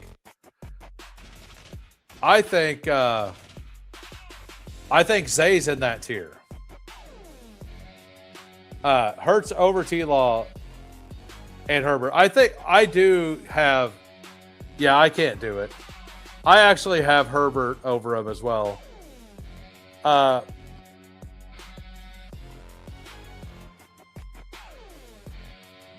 Let's take Sutton here. Get our fourth. Like, I don't love Sutton this year. But I think he's fine to mix in. Set up the bow stack. Yeah. Absolutely. These are a $2 draft. Let's have some fun.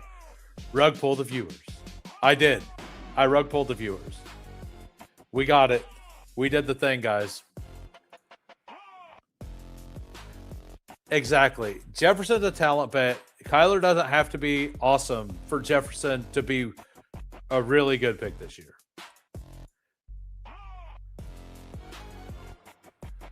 So, I mean, the fun is going to be getting one of these two.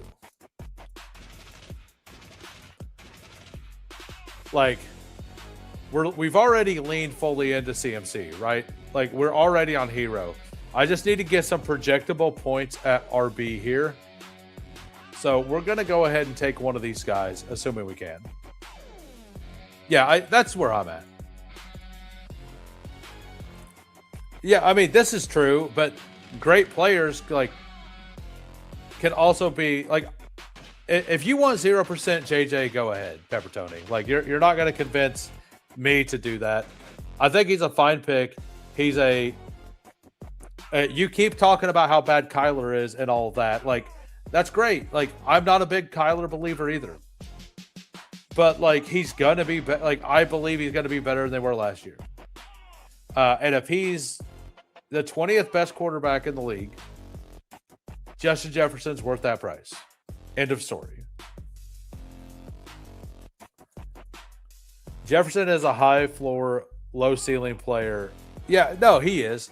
Like, I do agree that Jefferson doesn't have the ceiling that the other guys in this range do. Like, that's why Chase, Puka, Amon-Ra, and Lamb, like, I think all of those have a higher ceiling. JSN, I think JSN's kind of more like Jefferson in the high ceiling, low floor thing. Or high floor, low ceiling thing as well. JJ is a could you need him in a playoff week pick? Simple bet to make. Yeah. Yeah, like, I'm not going to be heavily overweight by any means. Yeah, it really was. And it was in the playoff week. I actually needed, like, that got me a finals team that year. Because they were number 2 and number 4 that week, right? I remember that distinctly. They were number 2 and 4. All right, I think we do this, right? Yeah, we're going to take another receiver here. We're fully leaning into CMC. We got our second guy. We're going to go Wandale. And then we're going to hope one of these 4 players come back is what we're going to do. We're going to hope one of those 4 come back. Not sure about 0%. I'll have a healthy fade. I think 1-2 turn is the best place to fade players. I understand. And I didn't say average. I said 20th best. Like, as long as he's not bottom 7, like, between 20 and 25th, like, we're going to have some spikes. And you don't want to fade the players that have the ability to have those 30-point spikes. I don't know. Seeing Walker Hampton near the 1-2 turns makes me want to click. Like, I think Walker... Actually, Walker's a player that I think moves up ahead of Jefferson. So many garbage picks, and JJ is good. So I think Jefferson could go behind Genty, K. Walker, James Cook, right? Like, I kind of think that's where I have him now. I think I have him at 14. Like, I was pulling Jefferson up, but I think at this point I have Genty, Walker, Lamb, and then Cook, and then Jefferson. And I might even have Barkley ahead of him. That's my current thoughts. Yeah, I got it. I missed it on first glance. That's my bad. We'll take the upside swing here in Chidarian. I'm gonna take JJ when he's there at 10+, and take whatever running back comes back to you kind of guy. That was my original thinking. And then I did that a bunch. And I kind of like, in the current landscape, I love the running backs that come back in the 5th and 6th round. Like, generally, one of Judkins, Swift, Tootin, Scatabo fall back. And I would prefer to have the running back I like. Like, I like the wide receivers a lot here, right? And I think that if one of those don't come back, if they do come back, you got 3 running backs and you're really solid with 2 there and 1 other.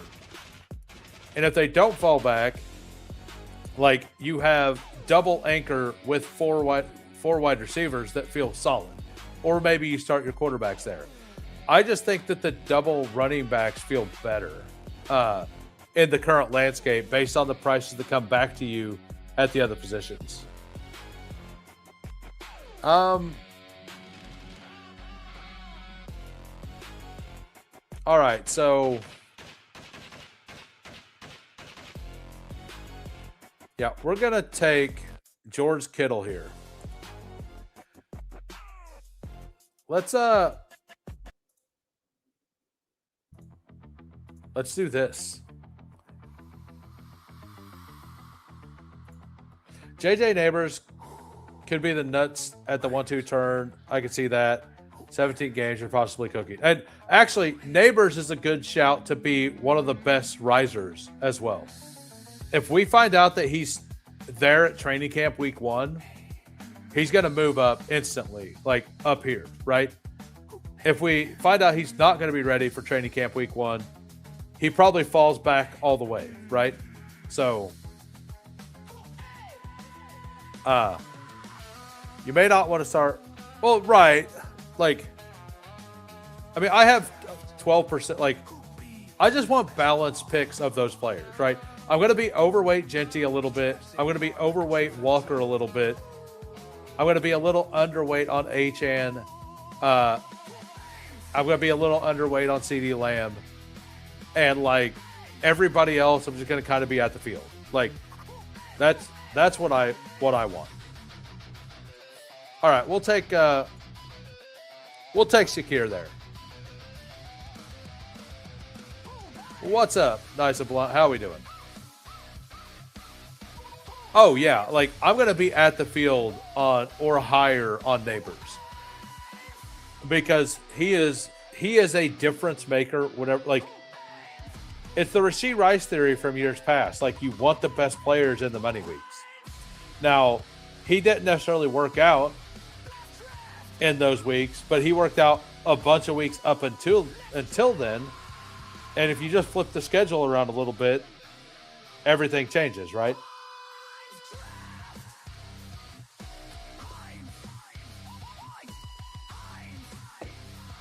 All right, so we get Shakir back. We're still leaning into the solo CMC. We're definitely going to stop at 2 quarterbacks. We're definitely going 3 tight ends. It's probably going to be a 2-7-8-3, I think. 2-7-8-3. All right, so definitely want Andrews here with the stack if we can get it. If not, we'll take Tracy. All right, so we get Andrews here. Kittle and Andrews, pretty solid start. Part of the fade thing in the first round is just whenever you get normal distribution of pick slots. If I have 20 from the 1 and 12 from the 2, I'll hope I have 16 Bijan and Gibbs. Yeah, that's what I did earlier. Like I took Gibbs because I have Bijan at 1, and I don't mind being slightly overweight Bijan to Gibbs, but I don't want it to be crazy. Load up Terry and Stewart in the queue if you don't forget, brother. I don't want a bag of Terry and Stewart. Like, he's not going to go until, like, round 6. But I don't mind having a share or 2. Like, he's not going early. Like, pick spot made you saw fade JSN, and I couldn't be happier. Well, like, I haven't loaded up where my pick spots were. Whenever overlay is done, I'm sure I'll see it. But I'm going to assume I've been at the 5 and 6 the most. All right, so we're going to take Chig. So we got both tight ends stacked up with the elite quarterbacks. We got Drake London, Olave, McLaurin. So we got the double. We got Sutton, Wandale, Shakir. Still leaning into CMC here with Algier and Jadarian Price. That's a GOAT tight end room. Kittle, Andrews, Chig. That feels good. Hartman sticking to the bits is my favorite part. Vidal didn't go until round 6. Tyrone Tracy was a 5th rounder. Yeah, I get it. I get it. Like, I still think Seth McGowan's a better RB than Terrian. So, like I'm going to get more McGowan than I get Terrian Stewart. I like Terrian Stewart. I think he's a high upside guy. Like, I think he's a meat and potatoes kind of guy. Like I think he could become Devin Singletary, which would be fantastic. Like, I think that's his upside. Yeah, and Peppertoni said neither of those guys contributed much year 1. Tracy did. Tracy honestly did. like for a last round pick, he did. Tracy definitely contributed year one. All right, let's take Brian Robinson or Dylan Sampson. Whoops. Did I? There we go. Yeah, so Tracy, right? Tyrone Tracy is who we're looking at.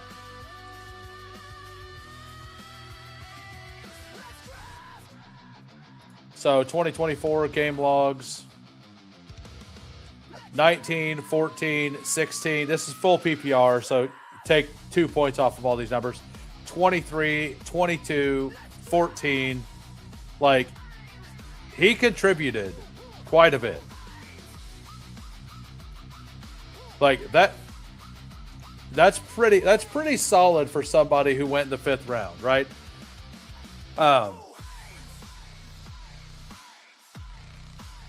What's up, Gunner? How we doing? Hadn't seen you in here before. Thank you for popping in. And by the way, if anybody in here isn't subscribed, go ahead, hit the subscribe button. I go live on Monday through Thursday at 4 p.m. Central, generally. Also at 6:30 p.m. on Sunday evenings. I'm doing a 12-hour live stream on May the 3rd. And I'm pretty sure I'm gonna start at like 11:05, 11:03, 11:05, something like that. That way, when my stream ends on the East Coast, it would have just hit May the 4th, so I can end my stream with May the 4th be with you. You're welcome. That's what we're gonna do. I may even make a graphic for it. I don't know. We may make a graphic. We'll see what happens. I would love to get, all of these guys would be really good for this team. Dylan Sampson is a pretty good fit here. Your cat, big nerd injury. Yeah, exactly. Like, we're absolute nerds here. Like, how many people here aren't nerds? Like, who's not a nerd here? Let me know. Let me know. How many of you guys aren't nerds? I mean, some of you may be nerds in denial.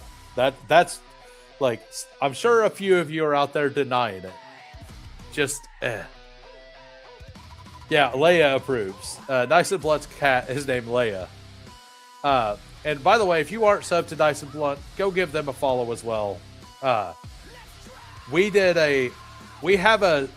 think the war room we did on his channel, and it was a pre-recorded video. I think it has like 217 picks of ADP value right now. Like, I think it's like 217 CLV at the current moment. It was an absolute banger of a draft. I have a huge hatred of PFF analytics, but I'm still a nerd. Let's draft. Realized I was a nerd the first time I drafted with an Excel sheet, right? I played Dungeons and Dragons in high school. I never faded it. I was like, yep, that's me. No shame. Absolute no shame. All right. Let's play Jeremy Bernard here. So we have CMC, Algier, Jadarian Price, B-Rob. That feels pretty good. I want to get some upside in this wide receiver room. Because we have Wandale plus Shakir plus Sutton. So, like, we have the floor. We absolutely have the floor here. So, Bernard plus, like, a Bryce Lance or a Brennan Thompson, maybe even a Stribling here. I don't have very much Stribling, so adding him would make sense. So, as we said, we're going to fully lean into Hero CMC since I fade him. We're going to play the bit and the thing that we played earlier. And then we're kind of going 0 RB behind it with an Algier to get us some points every week. And then just gonna go full zero RB at the end. We're gonna go 7 RBs here.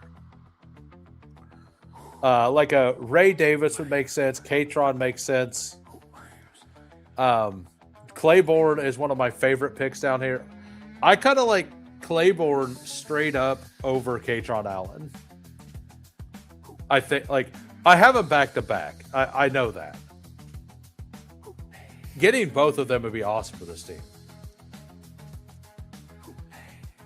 Some of the PF, yeah, some of it's flawed, but like the thing is that it's data points we have to look at, right? That doesn't mean that it's all correct, but it is stuff to look at. All of my 400 plus CLV teams got knocked out week. That's awesome.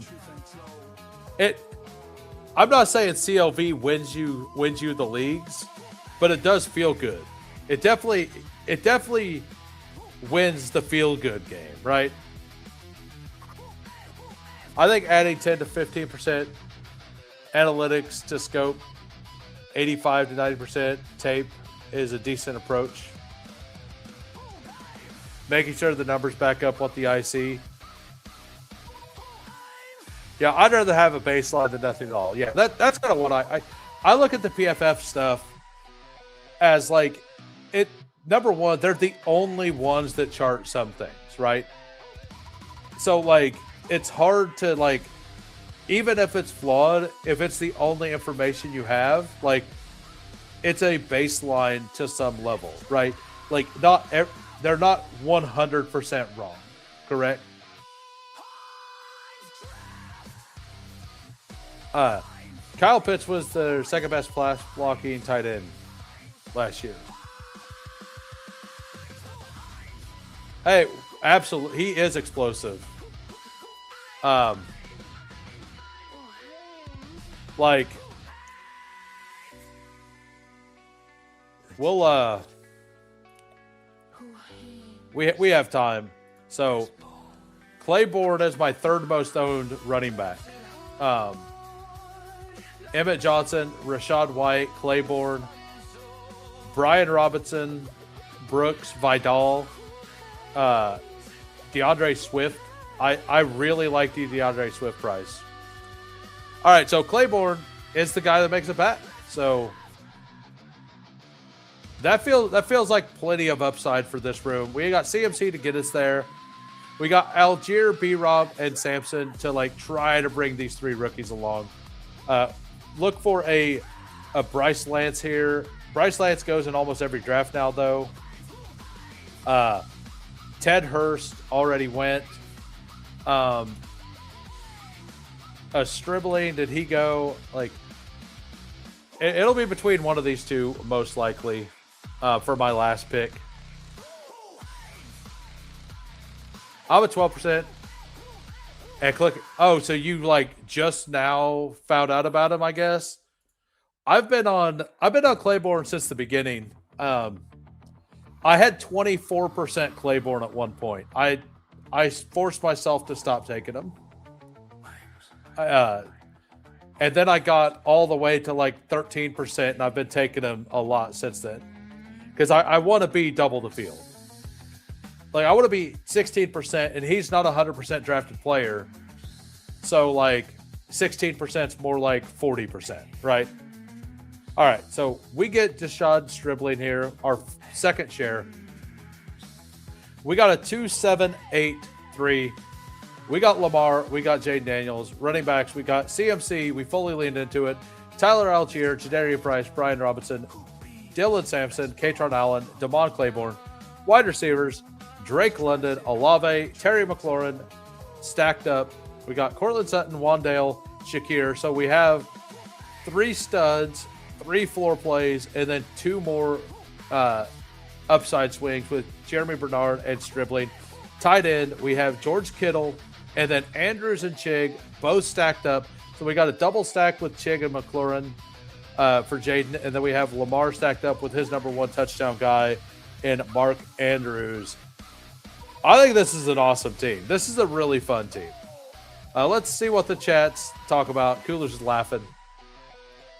Steph Curry, top 10 defensive win shares. I don't even know what a win share is. I just said a random stat. You had like 20%. Okay, got it. Yeah, I really liked him. It's funny because I think Pitts could be a good blocker. He's built like a freak. Just funny because I know he wasn't that great. If you talk to a lot of the NFL minds actually said that he was a good blocker last year. Now, that doesn't mean he was second best at tight end, but like, I know that Stefanski has mentioned it. I know that last year they were kind of discussing it, like the coaches on the Falcons were. Yeah.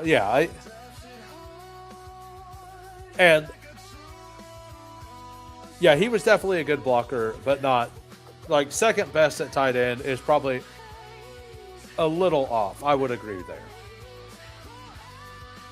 Yeah, that's the one you keep talking about, and I disagree because I think that the pass blocking stuff matters a ton, right? So like if they might just be overweighting the pass blocking metric for running backs, right? Like, and I think that's kind of what you're talking about.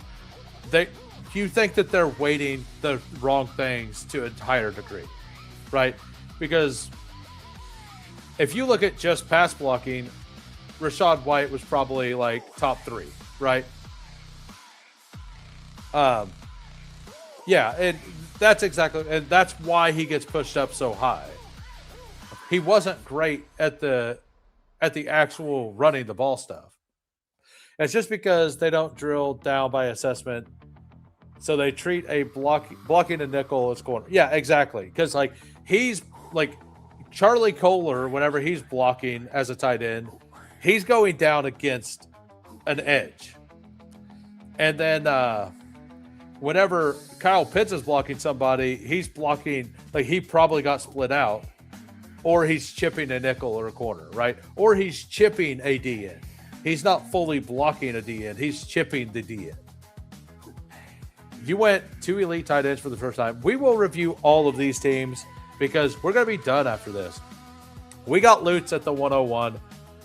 Always picking at the 101. Not really. 3783. Kyler is ass. CJ Stroud. Michael Penix. Running back. Jahmyr Gibbs. Chuba Hubbard. Aaron Jones, Jonathan Brooks, Woody Marks, Tajay Spears, Malik Davis. I've seen a few people click Malik. I think he's a better click than Jaden Blue. So I don't hate that. It did the same thing I did. Took Gibbs, and I took CMC. He got Chuba. I took Algier, and then we waited, right? And then we went 7. So, like, structurally, we did the same exact thing here. I don't mind this at all. And I like stacking up Kyler Murray with Aaron Jones. And you pulled up Addison as well. So, yeah, and Addison could be one of the guys that's one of the biggest risers post-draft as well. Wide receiver, Nico Collins, DJ Moore. DJ Moore is going to move up like 6 spots, I think, post-draft as well. Jalen Waddle, Jordan Addison, Ricky Pearsall, Calvin Ridley, Tank Dell, Zachariah, your boy Branch, Bowers, and Likely. This is a fun squad. Definitely a fun squad. Well built. We got Dak here, 2882. Dak Prescott, Jared Goff, running back, Bijan Robinson, Rachaad White, JCM, Mike Washington, Alvin Kamara, Jordan James, Ray Davis, LaQuint Allen, wide receiver, George Pickens, Jamison Williams, Fargo Washington, Jacoby Myers, Omar Cooper. That's a strong wide receiver room. Then Jerry Jeudy, Tesla, and Hollywood Brown. So you got the double stack there. You didn't get the triple, but you got Tesla, JMO with Jared Goff. You got Dak with Pickens and Trey McBride and Loveland. I've not done this very much, but I do like it. This is a fun squad as well. And I think I like it in a contest like this with the better advance rates even more. We got Gunner, a 4.583. Jalen Hurts, Geno Smith, Mendoza, Aaron Rodgers, running back, Saquon Barkley, Breece Hall, Bashal Tootin, Rico, Ollie Gordon, Wide receivers, C.D. Lamb, Devonta Smith, Cardinal Tate, Michael Pittman, Dontavian Wicks. So you got – I like the context of this room because you got 4 solid players. You got 3 studs. You got Pittman to me is a floor play, and then you took 4 shots at the end with Wicks, which is a stack. And then Trey Tucker, Ted Hurst, and Bryce Lance. Was Trey Tucker? Yeah, Trey Tucker is also a stack there. Sam Laporta, Jake Ferg, and Dallas Goedert. Dallas Goedert. So I think that's a good topic. Like rating, like maybe I'll discuss that tomorrow a little bit. Like that was a really good question. Like what players do I think are going to rise the most post draft? I'll make a list of like my top 10 and I'll go over it tomorrow on the stream. Maybe that's how we'll start the stream. I might try to get a guest on tomorrow and maybe we can discuss it together. I haven't messaged anybody yet, but I think I'd like to have a guest on tomorrow. And it all depends on if this contest is over or not. If this contest is over, I can't, like, I would have to have somebody on drafters that can also draft with me. Goddard behind, yeah, absolutely. Absolutely. And then Kelly, once again, we got a 2, 5, 10, 3. You got Trevor Lawrence, Jordan Love, running backs, Genty, Cook, Javonte, Travion. Love basically stopping at those 4 and then taking Najee at the end. Najee could just be completely mispriced. And then wide receivers, Christian Watson, Brian Thomas, Michael Wilson, Stephon Diggs, Juwan Jennings, Travis Hunter, Christian Kirk, Darnell Mooney, Devon Bailey, Jalen Knoll. That is plenty at wide receiver, even going 4 running backs in a row. Then Kyle Pitts, Juwan Johnson, and Njoku.